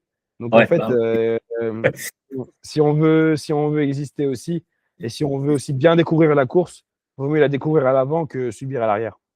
ouais, je pense que tu as tout à fait raison, surtout sur cette course qui maintenant est très extrêmement scriptée, où Mm. ça fait depuis quoi? Et avant Pogacar, c'était Remco qui le gagnait, je crois, en Deux permanence. Donc, fois, ouais, c'est ça. ouais, voilà, donc c'est vrai que bon, ça doit être cool sur le vélo, mais regardez, ça c'est beaucoup moins intéressant qu'en E3. J'imagine pour vous que ouais, c'est moins intéressant puisque le scénario est écrit à l'avance. Après, nous, sur le vélo, par contre, c'est exceptionnel. La journée qu'on vit pendant ouais, plus de 6 heures de course, c'est vraiment bien. Il y a aussi beaucoup de monde sur le bord de la route, dans les montées phares comme la Redoute, Ouais, la comme la Redoute. Roche au Faucon aussi, la côte de Stokio aussi, où où j'ai essayé de faire la sélection dans l'échappée où il y avait aussi énormément de monde, donc ça pousse. Et oui, c'est une super, super course. Même si pour vous, c'est vrai que c'est pas forcément la plus agréable à regarder, j'imagine bien, je suis lucide aussi par rapport à ça. Mais en tant que coureur, c'est incroyable. Tu t'es régalé dans l'échappée, ouais. Franchement, je me suis régalé, c'est fait dans la douleur parce que l'échappée a encore une fois a mis du temps pour sortir en tout cas. Je pense bien 10-15 km. J'ai senti le coup aussi un peu avec du retard, mais je suis sorti dans la descente de la Côte des Forges. Donc il y avait déjà 7-8 coureurs devant, je pense. Et puis après, une fois que j'étais devant, je me suis dit, voilà, essayer de durer le plus longtemps possible. Et je sentais bien que j'avais des bonnes jambes, donc je me suis dit, bah, en fait, il y a un moment donné où si le peloton se rapproche trop, parce qu'on savait que UAE allait mettre en route rapidement, il fallait faire un coup de force pour essayer de résister, recréer un plus petit groupe et puis voilà, se régaler au maximum parce une fois qu'on est rattrapé par UAE, on subit plus qu'on se régale et ça a été le cas. Donc, en tout cas, j'ai bien profité des kilomètres que j'ai pu passer en tête de course. Donc, tu as bien profité sur Liège, mais par contre, quelques jours plus tôt, tu t'étais un peu moins régalé sur l'Amstel. Donc, comme tu Ouais, l'as dit, tu es fatigué de Roubaix. Qu'est-ce qui s'est passé? Décris-nous un peu la course. bah, l'Amstel, en fait, comme Liège, UAE ont mis en route très vite. Je suis arrivé au départ, je me sentais moyen, mais bon, je me suis dit, oh, c'est une course de vélo, hein, on ne sait jamais comment le corps va réagir. Là, finalement, il y a peu de miracles hein, dans une des premières grosses bosses du parcours. UAE ont mis en route, j'ai passé une bosse, deux bosses, et puis la troisième, en fait, j'ai explosé complètement. J'avais rien dans les jambes, je poussais des valeurs en watts qui ne correspondaient pas du tout à ce que j'étais capable. Et là, j'ai compris que ça allait pas. Donc bon, après, voilà, j'ai pas pu finir la course parce que j'étais vraiment trop loin de l'arrivée. Et même si j'aurais tenu à la finir, c'était vraiment pas faisable. Donc c'était une déception. C'était aussi un moment de doute parce que je me suis dit, si ça se passe comme ça aussi à Liège, ça va être très compliqué. Ouais. Au final, voilà, je suis rentré chez moi, je me suis ressourcé avec ma famille. J'ai roulé vers chez moi tranquillement, sans mettre d'écouteurs, en me reconcentrant vraiment sur moi-même, en repensant à ce que je pouvais faire de mieux pour me remettre d'aplomb pour Liège. Et puis voilà, finalement, voilà, ça s'est mieux passé. Donc, c'est un mauvais épisode qui est derrière moi et qui me servira pour l'avenir. Ouais, puis on y viendra plus tard au Tour de Hollande, mais vu la presta que tu as fait sur le Tour de Hollande dans un berg, mon petit doigt me dit que l'Amstel, tu devrais la revoir quand même quelques fois en tête. Ouais, ouais, je pense que c'est une course que je vais refaire à l'avenir, peut-être pas cette année, parce que au vu de la planification idéale que je voudrais avoir, ça rentre pas dans mes plans, mais c'est sûr que si je fais une carrière plus ou moins longue, je serai amené à y retourner. C'est quand même une course qui, quand on est en bonne forme, est un régal parce que c'est à la fois pour les punchers, à la fois pour les coureurs un peu plus grimpeurs. Donc, si j'arrive en grande condition, en fait, je sais que ça va être une course qui peut bien se passer si on passe au travers des chutes, parce que l'Amstel, ça frotte comme les Flandriennes, par Oui. contre, hein. Ouais. Donc, bon, faut déjà passer à travers ça, mais une fois que la course s'est décantée un peu, c'est vraiment une très belle course, je pense. On passe ensuite à la suite du programme. Donc, tu vas sur les 4 jours de Dunkerque. Ouais, Donc, ta deuxième course à étape de la saison. c'est Et ça. d'ailleurs, petite question comme ça, du coup, à ce moment-là de la saison, ou même avec le recul que tu as maintenant à la fin de la saison, est-ce que tu aimes autant les courses par étapes que les courses d'un jour? J'ai pas fait suffisamment de courses par étapes pour vraiment savoir si je les préfère aux courses d'un jour. J'ai vraiment fait énormément de courses d'un jour cette année. Les courses par étapes, je pense que ce qui est important et qui est différent, c'est qu'il faut gérer énormément la récupération et aussi gérer ses efforts selon les étapes. On ne peut pas tout mettre sur Ouais, une étape. Si on sait que la suivante va être aussi super exigeante, il faut vraiment gérer ses billes au mieux. Mais bon, après, voilà, le vélo, c'est aussi de la prise de risque. Mais pour l'instant, voilà, je pense que je préfère les courses d'un jour parce que c'est celles que j'ai le plus fait. Mais bon, si un jour je me retrouve au cours de la saison, par exemple, sur un Paris-Nice ou un Dauphiné déjà, ça va peut-être changer aussi mon avis. Mais c'est vrai que voilà, les courses par étapes, c'est quelque chose de différent des classiques. Ce qui m'anime le plus, c'est pour l'instant les classiques, même si je pense qu'il y a aussi des belles choses à découvrir sur les plus grandes courses du calendrier par étapes. tout à fait, tu l'as dit, c'est différent. Complètement différent, franchement complètement différent. Rien que dans les stratégies sur une classique, en fait, ça roule à fond tout le temps parce qu'on sait que le lendemain, on est à la maison, on fait une sortie récup. Alors que voilà, sur les courses par étapes, on va dire qu'il y a plus de gestion. Et puis c'est ouais, même en termes de stratégie, c'est jamais pareil. Donc voilà, c'est complètement différent. Et puis je pense que même à la télé, ça se voit un peu Comment ça se course et ça se ressemble pas du tout. Bon, pas du tout, effectivement. Ouais. On va faire un petit zoom sur l'étape reine de ces 4 jours de Dunkerque. L'arrivée à Cassel, donc tu prends la 15e position, super résultat. Ouais. Donc c'est une arrivée assez particulière. Donc t'as bien fait de me corriger avant le podcast parce qu'effectivement, moi je pensais, comme un nigo, que c'était l'arrivée classique à Cassel. Donc le sprint en montée sur les monts pavés. Parce que oui, je travaillais le jour de l'étape reine, donc j'ai pas pu le voir. Ok. Il s'avère que non. C'est une arrivée par contre qui reste très particulière. C'est une longue ligne droite en faux plat montant, le truc atroce, je pense, quand on est sur un vélo, avec un dernier virage à quelques mètres de la ligne d'arrivée. Donc toi, tu termines très bien. Oui, c'est ça, 15e. Qu'est-ce qui t'a manqué justement pour être dans les tout petits avant-postes juste devant toi? Bon, déjà, je pense que au plat montant, c'est un euphémisme parce que je pense que les derniers kilomètres, il a plus de 10%. C'est vraiment super raide. En fait, bon, C'est ce qui m'a atroce. manqué, c'est atroce, c'est super dur. Franchement, ce qu'on n'a pas vu à la télé, c'est que au deuxième passage du Mont Cassel, je suis tombé. Ah merde. Ouais, je me suis trouvé par terre. J'ai touché la roue d'un mec devant moi qui s'était mis en dessous sur les pavés. Donc, à ce moment-là, voilà, j'ai pas paniqué. J'étais assez content de ma réaction après coup quand j'ai réfléchi. J'ai pas paniqué. J'ai changé de vélo. Mais bon, après, du coup, j'étais dans mon pavé, donc ça faisait un peu entonnoir. Fallait vite revenir. Ça faisait des cassures et tout dans le peloton. Donc déjà, ça m'a mis un coup. J'ai fait le reste de la course avec la chaussure cassée au niveau du carbone en dessous. Oh, génial. Donc en fait, il y avait ma pédale, enfin ma chaussure droite, c'était comme une basket. Donc j'avais que la chaussure gauche pour vraiment pousser et tirer. Mais bon, bah, je me suis battu quand même parce que c'était une course qui pouvait vraiment bien me convenir, même si j'arrivais dans un rôle d'équipier. Finalement, en fait, 10 km après, je m'étais retrouvé devant, donc ça, j'étais assez content. Et puis après, voilà, j'ai fait quand même un peu de boulot pour les collègues, notamment quand il a fallu mettre un coup de force là où il y avait des cassures dans le peloton. C'est moi qui ai passé quand même pas mal de relais pour creuser. Et c'est un peu de ce genre de cartouche-là qu'on laisse aussi pour aller Ouais. chercher un résultat. Mais je ne suis pas arrivé sur cette course-là en me disant je vais aller faire le résultat. Je me suis dit je vais aider au maximum. Je suis content déjà d'être dans le groupe de tête. Et après, voilà, j'ai essayé d'aider le placement le mieux j'ai essayé d'aider les gars pour le placement le mieux possible en tout cas.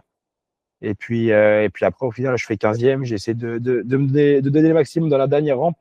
Mais du coup, à la fois la chute plus les efforts consentis m'ont pas permis d'aller chercher un plus gros résultat, même si je pense que j'étais vraiment dans des très bonnes jambes, presque les mêmes qu'eux trois. Et en plus, ce que j'étais assez content, c'était ma capacité à vite revenir parce que j'avais coupé 10 jours avant, en fait. Ouais. Je m'étais arrêté 5-6 jours, 10-15 jours avant, donc content de voir que mon niveau était bien revenu. Et puis c'est un peu une flandrienne, cette étape de Cassel-là, avec le Mont Pavé, la porte d'air qui est quand même un bon kilomètre assez raide comme j'aime. Donc, ça me confirme aussi que c'est des courses où j'ai une bonne affection et les bonnes capacités pour performer. Bon résultat collectif en plus. Je crois qu'il y a Ouais, Alexandre Delette qui fait 3 ou 4e de l'étape. ouais, il fait 3 au 4e. On avait encore 4 coureurs dans le groupe qui se joue la gagne. Donc, fort collectif ce jour-là. Il n'y a pas la victoire au bout, même si Thomas Gachinière n'est pas passé loin. Il se fait reprendre à même pas 1 kilomètre de l'arrivée. Mais bon, voilà. C'est à l'image de l'ADN de notre équipe, c'est que on n'a pas de complexe, on y va à fond et on tente des choses, on prend des risques. Ça ne sert à rien d'attendre la dernière minute pour attaquer. On l'a fait bien avant, on a essayé de décanter la course et ça n'a pas payé, mais ça perd un autre jour. On va en parler justement un peu plus tard de tous les efforts collectifs et de la réussite, notamment sur la deuxième partie de saison. Mais Ouais, avant ça, on va parler un petit peu du coup de la première course estivale, donc les championnats de France, tout simplement. ouais. Donc on l'a tous vu depuis notre écran. Encore une fois, c'était un énorme chantier. C'était une course de folie extrêmement exigeante. Raconte-nous comment toi tu l'as vécu. Bah, déjà, il y avait de l'avant-course où on était comment dire, très concentré, on va dire, parce qu'on était en Vendée. Donc, on était attendu au tournant. On avait déjà plein d'encouragements pendant la reconnaissance du parcours la veille. Donc voilà, on était tous dans notre bulle. On a eu un bon briefing aussi de Jean-René Bernaudot pour nous galvaniser avant la course. Donc là, on était super concentrés. Et puis voilà, après, on a essayé de mettre notre plan de jeu en marche. On s'est fait piéger par le coup de force de la Groupama FDJ, Ouais. qui nous a bien mis en difficulté quand même. Quelque chose auquel on s'y attendait pas en fait hein, à ce moment-là de la course. Et puis après, voilà, on finit quand même 4e, je crois, avec Alexandre Delettre. C'est ça, Ouais. 4e, ouais. Je vais vérifier, mais il me semble que c'est ça. Il me semble Ouais, que 4e. il me semble qu'il n'est pas sur le podium. Ouais, c'est ça, quatrième derrière. Quatrième, donc Excusez du peu, Baudon, Grégoire, Vauquelin de l'être. voilà, c'est ça. Donc bon, il nous a quand même sauvé la journée et c'est quand même un bon résultat pour lui, même si on est pour être champion de France.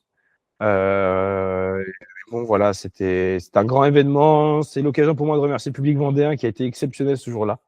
Franchement, il y avait du monde de partout. Tout le monde était encouragé. Ils connaissaient sûrement le nom des 26 coureurs au départ de l'équipe, je pense. Donc, ils nous ont encouragés tous un par un. Et moi, personnellement, ça n'a pas été une superbe course parce que j'étais pas en grande forme ce jour-là. Mais en tout cas, j'en ai pris plein les yeux. Et puis voilà, c'était intéressant d'avoir aussi cette approche sur une course où vraiment il faut courir collectivement avec 25 coéquipiers. Ça, c'était aussi particulier. Mais bon, voilà, le championnat de France, c'est toujours spécial. Et j'ai hâte d'y retourner probablement l'année suivante. Ouais. Ok. Et qu'est-ce qui t'est arrivé justement? Parce que tu finis pas la course, c'est ça? Je finis pas la course. Je pense que j'ai beaucoup souffert de la chaleur. Ouais. À ce moment-là, je ne savais pas trop ce qui m'est arrivé. Je l'ai su après. Mais je pense que ça rejoint une question que tu vas aborder sur le Tour de l'Ain après, sur ce qui s'est passé. On aura l'occasion d'un peu en parler aussi. Mais voilà, c'est le moment où j'ai commencé à avoir quelques complications qui ont fait que j'étais plus vraiment à mon niveau. Et là, je parlais tout à l'heure dans une carrière de coureur cycliste, on a des hauts et des bas. Ben là, c'était peut-être le premier vraiment coup bas que j'ai pu avoir à ce moment-là. Ouais. Ouais, effectivement. Tu fais très bien de le dire, on en parlera au moment voulu, au moment du Tour de l'Ain. Mais d'abord, j'aimerais justement qu'on parle de cet après-championnat de France, parce que après ça, c'est les vacances en fait pour toi, Ouais, un un peu peu, comme ouais. un écolier en fait. Tu étais en vacances au 30 juin, c'est les grandes vacances. Ouais, c'est ça. Donc, une petite coupure de 4-5 jours, encore une fois. Et puis après, c'était vite l'heure de mettre en route pour les courses qu'il peut y avoir en Espagne pendant le Tour, Ouais. en parallèle du Tour. Des courses qui ne me conviennent pas vraiment, mais où j'avais vraiment un rôle d'équipier pour le placement, pour aller chercher les bidons. Un rôle qui peut me sembler ingrat, mais qui est super important sur les courses où il fait super chaud.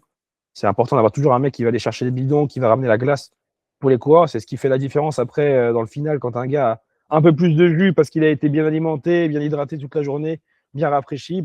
J'ai fait ce rôle-là avec grand plaisir pour Joris Zelbov, notamment, avec quelqu'un avec qui je m'entends très bien, et Ouais. aussi Baptiste Vadik. À chaque fois que je parle de quelqu'un, je dis à quelqu'un avec qui je m'entends très bien, mais c'est parce que l'équipe, c'est une grande famille avant tout. Donc, Oui, oui, oui. donc je le précise aussi, mais voilà, c'est toujours un plaisir de le faire pour mes coéquipiers. Et j'étais pas au niveau encore une fois, pour les raisons dont on va aborder après, mais au moins j'avais déjà pu faire le boulot pour l'équipe. Et ça, pour moi, c'est important parce que même si peut-être plus tard je serai moins cantonné à un rôle d'équipier dans les années à venir, c'est bien de le faire maintenant aussi pour faire ses gammes. Je pense que, à part les très très grands champions, tous les bons coureurs, on parlait tout à l'heure de Dorian Godon qui a une très belle carrière et qui, à mon avis, va faire encore une plus grande carrière par la suite. Mais à mon avis, il est passé aussi par les mêmes moments que moi, aller chercher les bidons, aller prendre le vent pour les autres. Donc, c'est le cheminement d'une carrière de néo-pro et je l'ai fait avec grand plaisir parce que je sais où ça va me mener après. C'est ça, exactement. C'est ce que les anciens appellent faire le boulot. En fait, tout ça. Exactement, ouais, c'est ça. Voilà. J'aimerais qu'on parle un petit peu du Tour de France. Tu l'as suivi du coup cette année quand même, parce qu'on s'est rencontrés à Caen pour le contre-la-montre. Tu as suivi Exactement. d'autres étapes ou J'ai tu as juste été suivi, j'ai suivi le lendemain l'étape à Bayeux, entre Bayeux et Ouais, Vire, qui était une superbe étape.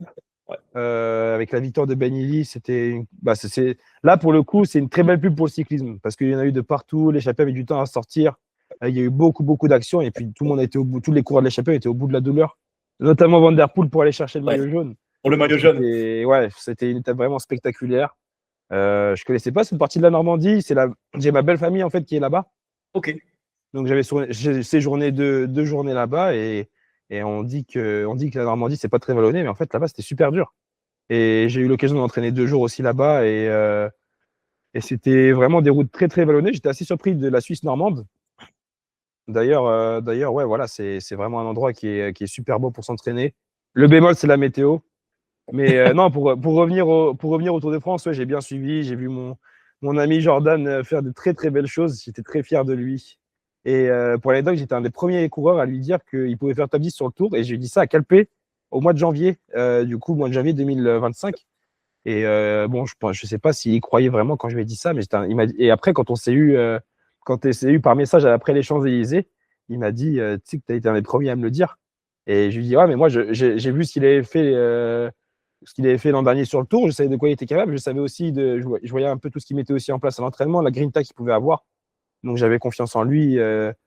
Je lui ai pas dit ça pour lui faire plaisir, mais voilà, je l'avais senti et c'est chouette pour lui qu'il ait réussi à faire ça. Et puis, il y a eu un bon comportement de la part de toute l'équipe.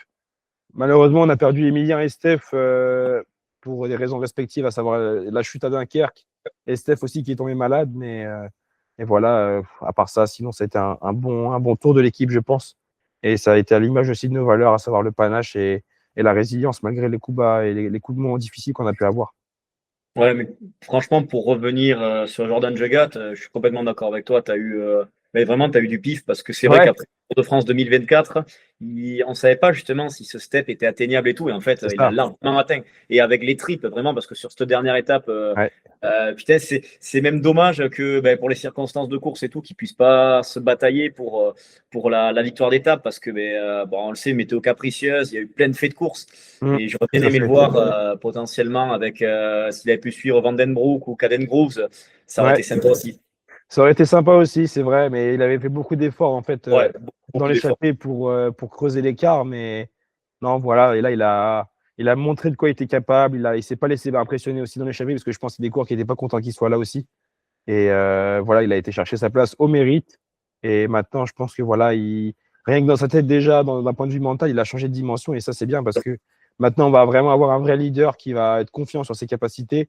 Et on sait qu'on va arriver sur des courses où on sera là pour aller gagner et on aura totalement 100% confiance en lui et chacun sera capable de se livrer à 100% et de s'écarter pour lui. Donc, c'est bien. Je pense que c'est un bon coup de boost pour sa carrière qui à mon avis, n'est pas à son apogée, quoi. Ah non, ça c'est sûr. Ouais. Ça, c'est sûr. Petite promo pour un autre podcast qui s'appelle Le Coup Tordu où Jordan Jegat va faire une apparition dans les prochains jours. J'ai hâte de D'accord. l'écouter. J'ai hâte de l'écouter pour voilà, justement aussi avoir son ressenti et voir ses propos se confirmer avec les tiens. Exactement. Ouais. Non, c'est bien pour lui. Et puis moi, voilà, c'est quelqu'un avec qui je suis assez proche. On habite dans la même ville maintenant. Et voilà, c'est quelqu'un qui a un chemin qu'on valorise pas trop aujourd'hui. Il est passé par les catégories amateurs pendant pas mal de temps quand même. Après, il a été en continental. Il est arrivé dans l'équipe sur la pointe des pieds. C'était pas le coureur qu'on attendait le plus au début. Et puis maintenant, voilà, c'est un taulier, quoi. Donc c'est un bon exemple pour les jeunes et c'est inspirant.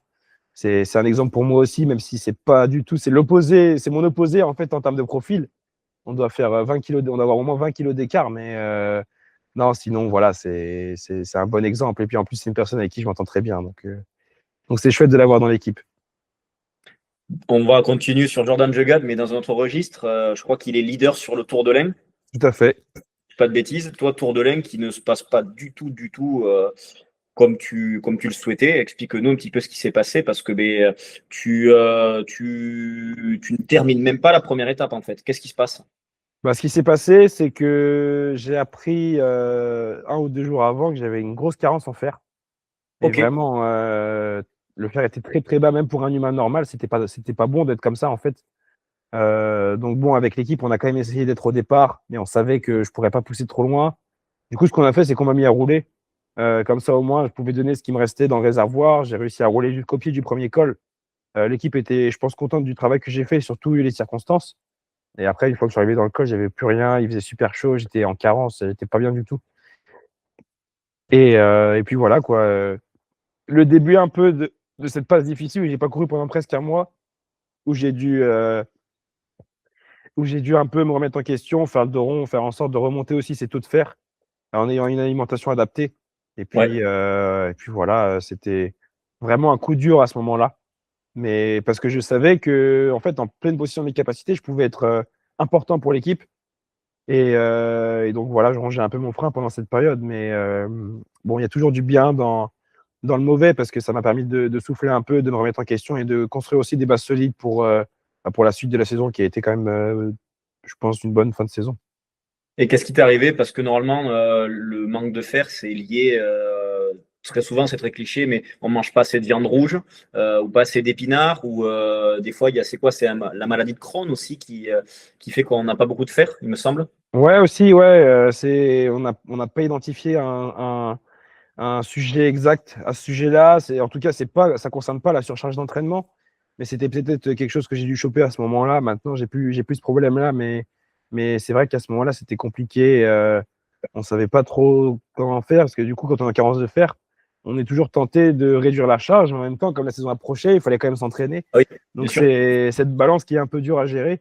On a fait un bon boulot avec les médecins, avec tout le staff, avec des nutritionnistes aussi pour me remettre d'aplomb. Ça a pris un bon mois. J'ai été faire un stage chez Mamie aussi, faire un petit coucou à Mamie dans le sud, à côté de Sète. À côté de Sète. Donc, ça m'a mis aussi mentalement dans le bon dynamisme pour la suite. Et puis voilà, une fois que j'étais à nouveau d'aplomb, j'y suis retourné, quoi. Ben écoute, oui, tu y es retourné, effectivement. Donc, comme tu l'as dit, un mois sans courir. Mais avant qu'on évoque du coup ta reprise, en regardant ta page PCS notamment, j'ai vu que en fait, finalement, tu n'auras pas fait beaucoup de très haute montagne, même quasiment pas du tout de très haute montagne pour ta première saison professionnelle. Ouais, c'est vrai que j'ai pas encore abordé ce type de profil. Normalement, autour de l'un, ça devait être le cas. Et du Oui, coup, voilà, ça devait être le cas. Ouais, ouais, bien sûr. c'est pour ça qu'on m'avait aligné sur cette course-là. C'était aussi pour découvrir la haute montagne. Je sais que voilà, on se découvre à chaque fois. Je savais que dans tous les cas, la haute montagne, ce ne serait pas ma tasse de thé, Ouais. mais que je pouvais, voilà, dans une bonne journée, quand même accompagner assez longtemps, être utile. Donc ça aurait pu être bien. Finalement, il s'est passé ce qui s'est passé. Mais c'est vrai que oui, au final, j'ai pas fait tant de haute montagne que ça. J'en fais un peu plus maintenant vu que j'habite à Nice, mais en course, j'en Et ai voilà. toujours pas fait. Mais bon, l'année prochaine, c'est sûr que je vais y passer et ça va être intéressant de voir comment le corps réagit. T'as hâte ou tu appréhendes? Ah bah, j'ai hâte parce que la montagne, de toute façon, si on a envie de faire le Tour de France, c'est inévitable. Pas pris Et ça. il faut apprendre à gérer les délais, il faut apprendre à bien gérer une journée comme celle-là où on peut vite être lâché rapidement si le peloton décide de faire la guerre pour prendre l'échappée sur un Tour de France, par exemple. Donc, bah, faire des courses de moins d'importance qu'une Tour de France, mais là où il y a quand même de la haute montagne, ça va déjà être des bonnes bases pour moi pour après être mieux rodé pour la grande boucle le jour où je serai au départ. Bah écoute, j'ai hâte de te voir en montagne, perso. Ouais, ouais, j'ai hâte aussi parce que, bon, voilà, après, il y a le corps a ses limites, même s'il ne faut pas s'en fixer. Je sais que je ne vais jamais devenir un super grimpeur, mais maintenant que j'habite déjà dans une région qui est un peu plus adaptée, peut-être que déjà ça va m'aider à grimper mieux et à au moins ne pas être ridicule et être utile pour l'équipe aussi, c'est important. Et puis, il faut penser à la montagne, mais il faut penser aussi aux descentes. Je fais un gros travail aussi sur mes capacités en descente parce qu'aujourd'hui, ça descend très vite. Donc voilà, je fais aussi un bon travail pour éviter d'avoir trop de crispation et d'être bien concentré sur mes trajectoires en descente parce que on peut gagner la course dans l'école, mais on peut aussi la perdre en descente. Donc quand on est coureur cycliste, il faut essayer d'être le meilleur possible et ça passe aussi par là. Ah ben, tu as été équipier avec Pierre Latour et malheureusement, c'est le meilleur exemple pour ce que tu viens de décrire. C'était Oui, oui, vol carrément. Non, exceptionnel et en descente, on voyait bien qu'il était rongé par des démons. ouais, malheureusement, mon Pierrot, super personne. Et ce qui a un peu ralenti sa carrière, c'était ces problèmes-là parce que physiquement, il était au point, mais encore jusqu'à l'an dernier, il était super fort. Ah bah oui, oui. Et ouais, c'est malheureusement, c'est ces problèmes-là, on peut pas lui en vouloir. En plus, c'est une personne qui est super attachante. Mais bon, voilà, malheureusement, il a eu ça. J'espère ne pas avoir le même genre de problème. Pour l'instant, ça va. Mais c'est sûr qu'il faut avoir un point de vigilance et toujours continuer à travailler aussi ce côté-là des descentes parce que ça descend de plus en plus vite aujourd'hui et si on est trop en retard, eh ben on reçoit. Donc, il faut être prêt. Bah, écoute, je te souhaite comme Thibaut Pinot, qui lui aussi, en début de carrière, était complètement crispé en descente et a énormément travaillé pour pallier ce problème. Donc, je te souhaite ça. Ouais, j'espère. Ouais, j'espère. Merci beaucoup. Toute la dernière partie de saison, donc d'août à octobre, elle est rythmée par un fait très précis. Le team Total Energy se rapproche à grands pas de Cofidis au ranking UCI pour la saison 2025. Déjà, qu'est-ce que cela change pour toi? Ton rôle est-il toujours le même? Mon rôle, en soi, sur les courses, c'est toujours le même. Notre stratégie aussi est la même, à savoir d'arriver sur une course au départ pour gagner et pas pour faire des points UCI, en fait. On n'a jamais ramené, par exemple, sur une course deux sprinters pour marquer plus de points UCI. C'était pas dans la philosophie de l'équipe. On en a directement parlé en janvier dans les différentes réunions qu'on a pu avoir. Nous, notre volonté, c'est de faire la course le mieux possible et d'aller chercher la victoire. Donc, on s'est jamais tracassé à ce sujet-là. C'était une conséquence de la bonne fin de saison qu'on a faite avec l'équipe. Mais en fait, on n'avait jamais abordé à un moment la possibilité de passer devant Cofidis au classement UCI jusqu'à cette période de la fin de saison. Ouais. Là, on a un peu plus poussé quand même pour essayer de passer devant. On a pensé pendant un moment que c'était possible. Et puis au final, bon, pendant la fin de saison, on s'est rendu compte qu'il allait en manquer un peu, notamment face au calendrier qui était un peu différent. Mais c'est vrai que ça aurait été sympa, mais c'est pas non plus un regret, hein. On aura, je pense, aussi quand même un bon calendrier et on peut être fier quand même d'avoir collé à notre ADN qui est toujours voilà, le panache et puis aussi la prise de risque. Prendre des risques dans la course pour pas forcément sécuriser une sixième ou septième ou huitième place, mais être prêt à tout perdre pour au moins avoir la chance de gagner. C'est un peu ce qui anime l'équipe aujourd'hui et c'est pour ça que je suis fier d'être ici aussi, quoi. Est-ce que ça vous a donné, à titre collectif, peut-être un petit supplément d'âme de savoir qu'inconsciemment, il y avait une très belle récompense au bout? Ah oui, carrément, parce que du coup, on s'est dit que en courant comme on a l'habitude de le faire, on arrivait à être performant d'un point de vue comptable. Donc en fait, c'est forcément une motivation supplémentaire. Je pense que comme je suis en stage, j'arrive à peu près à sentir l'atmosphère du groupe. Le groupe est gonflé à bloc pour la saison suivante. Je pense qu'on va pas en faire non plus une obsession, mais c'est impossible de passer à côté de ce sujet-là quand même, hein. Les points UCI, c'est quand même ce qui dicte le classement. On a bien vu avec Astana quand ils ont fait un focus en emmenant deux ou trois leaders sur les courses, ils sont vite remontés. Donc il faut pas être en retard sur cette actualité-là. Il faut quand même en prendre conscience, mais ça va pas changer non plus drastiquement notre manière de courir. Ok, très bien, je comprends. Tu participes ensuite au Grand Prix de Fourmies, Ouais. Championnat des Flandres, Grand Prix d'Isbergue, Paris-Chauny, Tour de Vendée, Paris-Tour, qui sont de véritables réussites collectives, quasiment un top 10 par course, et sinon avec plusieurs autres gars, même dans les 20 ou dans les 30. Quel est ton rôle sur ces courses? Parce que c'est vrai qu'on en a un petit peu parlé du coup en début de podcast, où tu dis que c'est pas forcément toi tes courses de prédilection, donc quel est ton rôle? Bah, à ce moment-là, du coup, c'était un peu la reprise. Donc, sur les premières courses, on ne m'attendait pas forcément dans le final, mais au moins dans les 40-50 derniers kilomètres pour déjà bien placer l'équipe. Parce qu'aujourd'hui, sur les courses plates, les courses de sprinter, le placement, il se fait relativement tôt. Et c'est toujours la place toujours la bataille pour savoir quelle équipe va avoir la meilleure place. Et quand ça roule en boule, en fait, il y a toujours un mec qui prend le vent pour protéger son équipe. Donc, à ce moment-là, c'était moi. J'étais content de faire ce rôle-là parce que déjà, physiquement, ça fait passer un cap. Et puis aussi, je savais que j'étais lucide sur mes capacités à ce moment-là. Je savais que je ne pouvais pas peser dans le final encore puisque je sortais de cette carence en fer. Donc, j'étais content de faire ce travail-là. On a eu quand même des bons résultats. Et puis après, j'ai changé un peu de rôle, notamment au Tour de Vendée, où là, j'ai été plus dans un rôle pour rouler devant le peloton, où là, j'ai roulé presque toute la journée jusqu'aux 30-40 derniers kilomètres. Et là, c'est vraiment une vraie épreuve parce que rouler presque tout seul toute la journée, c'est pas évident de maintenir une échappée à 3, 4, 5 minutes. Mais aussi, c'est des rôles qui font énormément progresser physiquement, plus que de rester toute la journée au chaud dans les roues. Donc voilà, je suis content des rôles que l'équipe m'a donnés parce que j'attendais pas plus en soi. Et j'étais ravi de faire ça pour nos sprinters et qui ont quand même bien répondu aux différents événements. Oui, carrément, oui. Il n'y a pas forcément de bouquet au bout, mais c'est vrai que ça a été des belles réussites collectives. Ouais, exactement. Avant qu'on parte sur le Tour de Hollande, j'aimerais poser une petite question sur Paris-Tour. Donc, on sait, tu l'as dit, tu l'as avoué, tu es un classicard. Or, cette course est une classique très particulière, donc avec les fameux chemins de vigne, aussi quelques belles bosses. Et ces chemins de vigne, ils rappellent certains Strade Bianche aussi.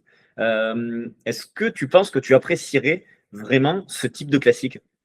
Je pense que j'apprécierais ce type de classique en ayant une meilleure agilité sur mon vélo.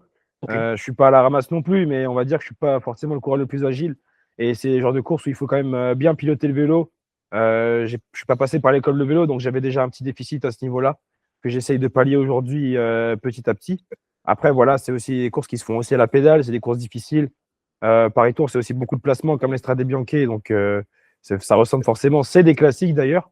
Cette année, pour moi, Paris Tour, ça s'est moins bien passé parce que du coup, je suis rentré du Tour de Vendée très fatigué. C'était le lendemain. Eh oui. Donc, en termes de placement, notamment au niveau de Vendôme, là où il y avait des bordures, ça allait. Et par contre, une fois qu'on avait mis en route, les gens ne me répondaient pas naturellement avec la récupération qui était forcément plus compliquée. Mais pour autant, je sais que c'est une belle course. C'est des bosses qui sont aussi très raides, comme j'aime. Pas très longues, mais très raides. Et puis voilà, c'est une belle organisation aussi. C'est des beaux chemins.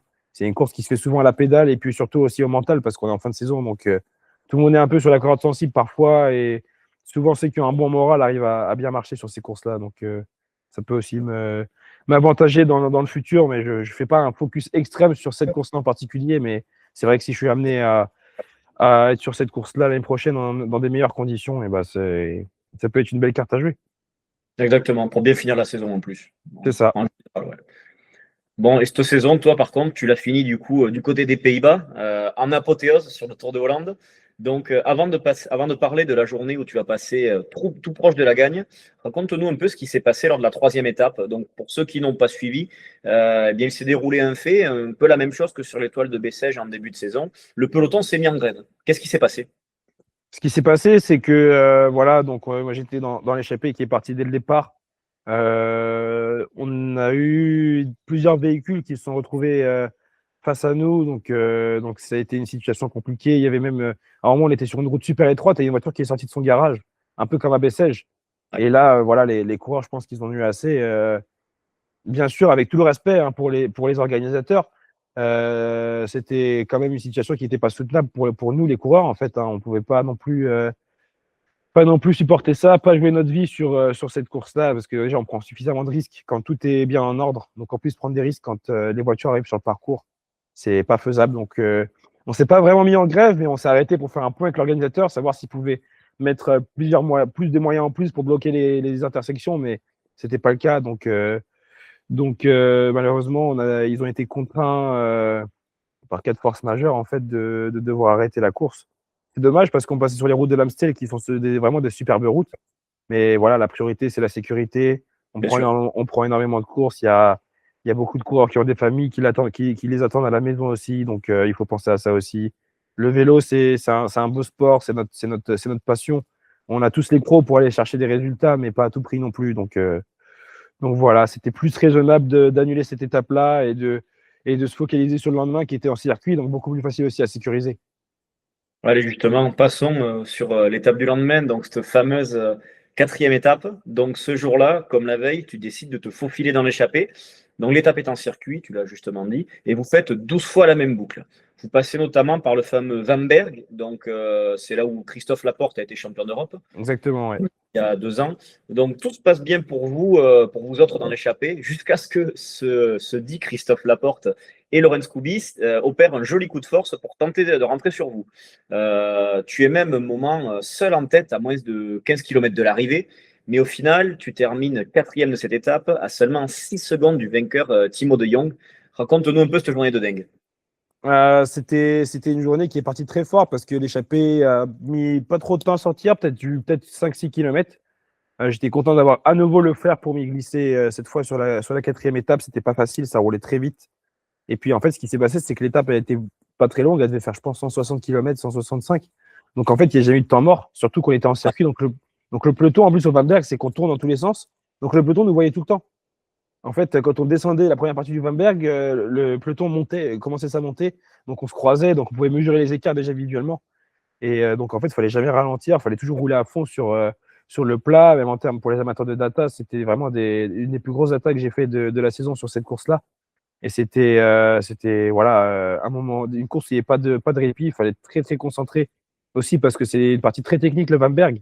En fait, on monte, c'est très raide quand on monte, mais c'est aussi très raide quand on descend. Et les virages sont vraiment serrés. C'est de la belle route, donc on peut mettre de l'angle quand même dans les virages, mais il faut être concentré parce que la moindre faute, en fait, ça se paye cash. Ah oui, Et j'imagine. donc en fait, il fallait être vraiment sur l'équilibre pendant plus de 4 heures de course.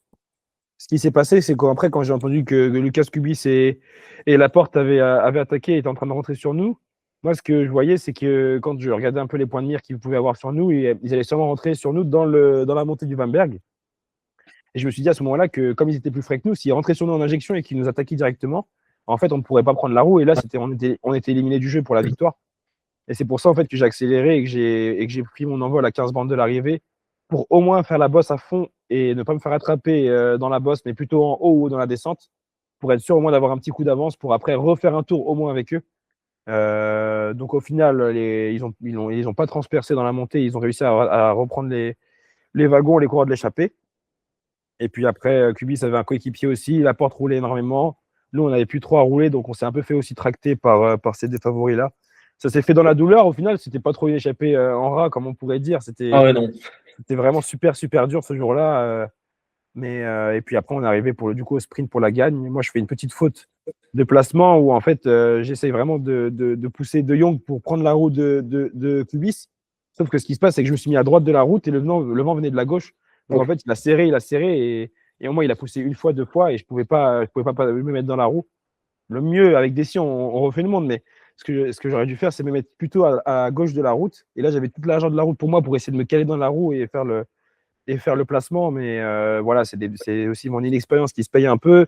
C'est de l'expérience pour après. Donc aussi, j'apprends par la suite. Mais voilà, ils ont monté petite partie en pavé aussi très fort. Et en fait, du coup, le coureur devant moi m'a fait une petite cassure, ce qui a fait que j'étais complètement hors jeu pour le sprint. Ouais. Après, si on est totalement honnête, je pense que j'aurais pas gagné ce jour-là. Timo de Jong était très fort. Le Kubi, c'est la porte aussi. Peut-être quand j'ai remis mon sprint en lançant un peu plus tard, j'aurais pu faire quatrième au lieu de cinquième. Au final, je termine cinquième. C'est pas dramatique parce qu'il y a le classement général aussi qui va avec. Oui, pardon, Mais oui, c'était surtout. j'ai dit quatrième, mais tu fais quatrième du général et cinquième de l'étape, pardon. Ouais. Exactement. Ouais, ouais, exactement. Donc voilà, après, pas trop de regrets. On s'est livré à fond. Les coureurs de l'échappée, c'était bien que l'échappée aille au bout aussi. Donc voilà. Et puis moi, c'est une première expérience pour moi. C'est la première fois que j'arrivais vraiment pour la gagne où je savais que je pouvais jouer quelque chose. Donc voilà, c'est de l'expérience pour la suite. Et puis ça va. C'est sûr que ce genre d'étape-là me convenait bien. Et une fois que je me retrouverai dans la même position la saison suivante ou plus tard, ben, je repenserai à ça et je ferai autrement. Mais enfin, quand même, pas changer non plus grand-chose parce que de ce que tu viens d'expliquer, t'as pas paniqué en fait, en sachant que tu pouvais potentiellement jouer la gagne. Tu l'as joué très stratégique, tu l'as expliqué, t'as tenté de prendre de l'avance pour te faire rattraper dans un endroit stratégique pour que tu puisses suivre. T'as pas du tout paniqué alors que tu n'avais pas du tout cette expérience au plus haut niveau de jouer la gagne. Ouais, c'est vrai que j'étais assez serein sur ce final-là.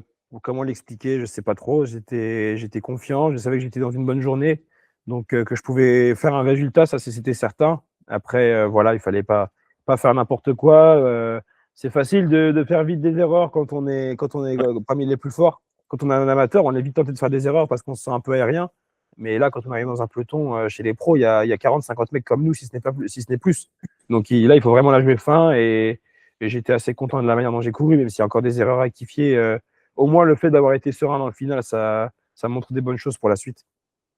Exactement. Exactement. Donc, on a hâte de te voir la saison prochaine parce que du coup, cette étape, enfin, ce Tour de Hollande marque la fin de ta première saison de cycliste professionnel. C'est Donc, du ça. coup, comment pourrais-tu la caractériser?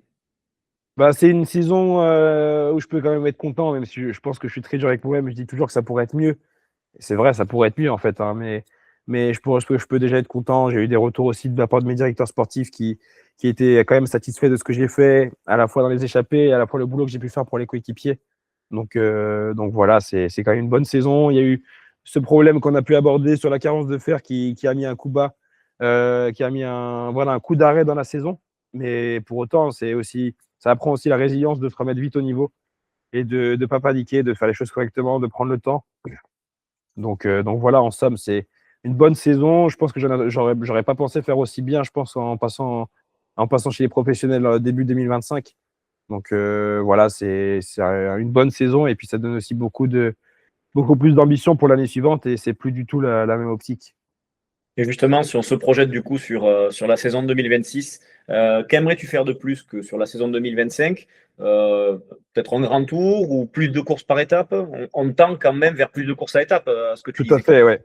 Tout à fait, oui. Je suis vraiment dans cette optique-là.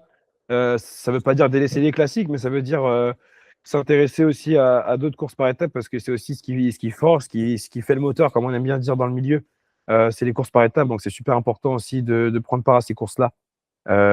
J'aurai l'occasion d'annoncer mon programme plus tard dans la saison, mais normalement, j'aurai quand même pas mal de courses par étapes qui vont arriver dès le début. Et puis voilà, c'est une autre ambition aussi d'un point de vue collectif, mais aussi personnel, parce que je sais que je peux apporter beaucoup à la fois aux sprinteurs comme aux grimpeurs pour les protéger, pour les placer, pour les aider le plus longtemps possible. Et puis aussi, voilà, j'ai déjà l'occasion de discuter avec la direction sportive, mais j'aurai sûrement plus l'opportunité de m'exprimer aussi cette année parce que voilà, le Ryan de l'an dernier qui voulait découvrir et tout, il a aussi un peu plus les crocs cette année. Donc voilà, je suis prêt aussi toujours à continuer de me sacrifier pour l'équipe parce que c'est quelque chose qui est ancré dans mon état d'esprit depuis que je suis au Vendée U. Et on a des super leaders dans l'équipe qui vont pouvoir aller chercher des gros résultats cette année. Donc, je veux les aider à accomplir leurs rêves. Moi, je suis encore jeune, donc je sais que j'aurai encore la suite. Pour autant, quand on me donnera mon opportunité, je vais la saisir et avoir les crocs pour chercher le meilleur résultat possible aussi.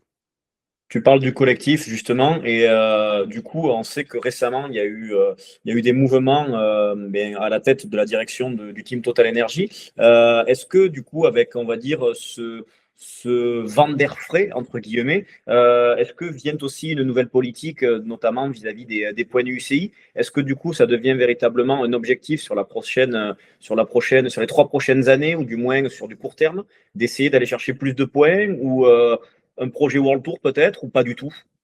Pour l'instant, on n'a pas abordé concrètement le sujet. Forcément, comme je l'ai dit juste avant, cette histoire de points UCI, on ne peut pas passer à côté. Pour autant, la manière dont on a couru, ça nous réussit quand même. On a réussi à aller chercher quand même des gros résultats en courant comme on court. Je pense que changer notre ADN, c'est être contre nature aussi. Donc, Tout à fait. Je l'avais mis dans la question, j'ai oublié de le ouais, préciser, mais c'est ça. J'avais marqué le travail intelligent finit par payer. exactement. Ouais. Donc, je pense qu'il faut avoir confiance au processus qu'on met en place dans l'équipe. Je suis assez fier aussi de ce que met l'équipe en place au niveau de la performance pour aussi nous optimiser parce que l'heure est aujourd'hui à l'optimisation. On voit que les grosses équipes mettent des budgets, qui ont des budgets énormes, mettent toujours les moyens pour être le plus performant possible. Et je vois que c'est aussi le cas pour nous. Donc, on est dans le train, on n'est pas énormément en retard par rapport à ces grosses équipes qui ont un gros budget. On met ce qu'il faut en place pour être le mieux possible. Donc voilà, je pense qu'avec le travail et de la sérénité, ça va payer. Dernière question. Qu'est-ce qu'on peut te souhaiter à toi à titre personnel pour 2026 du coup?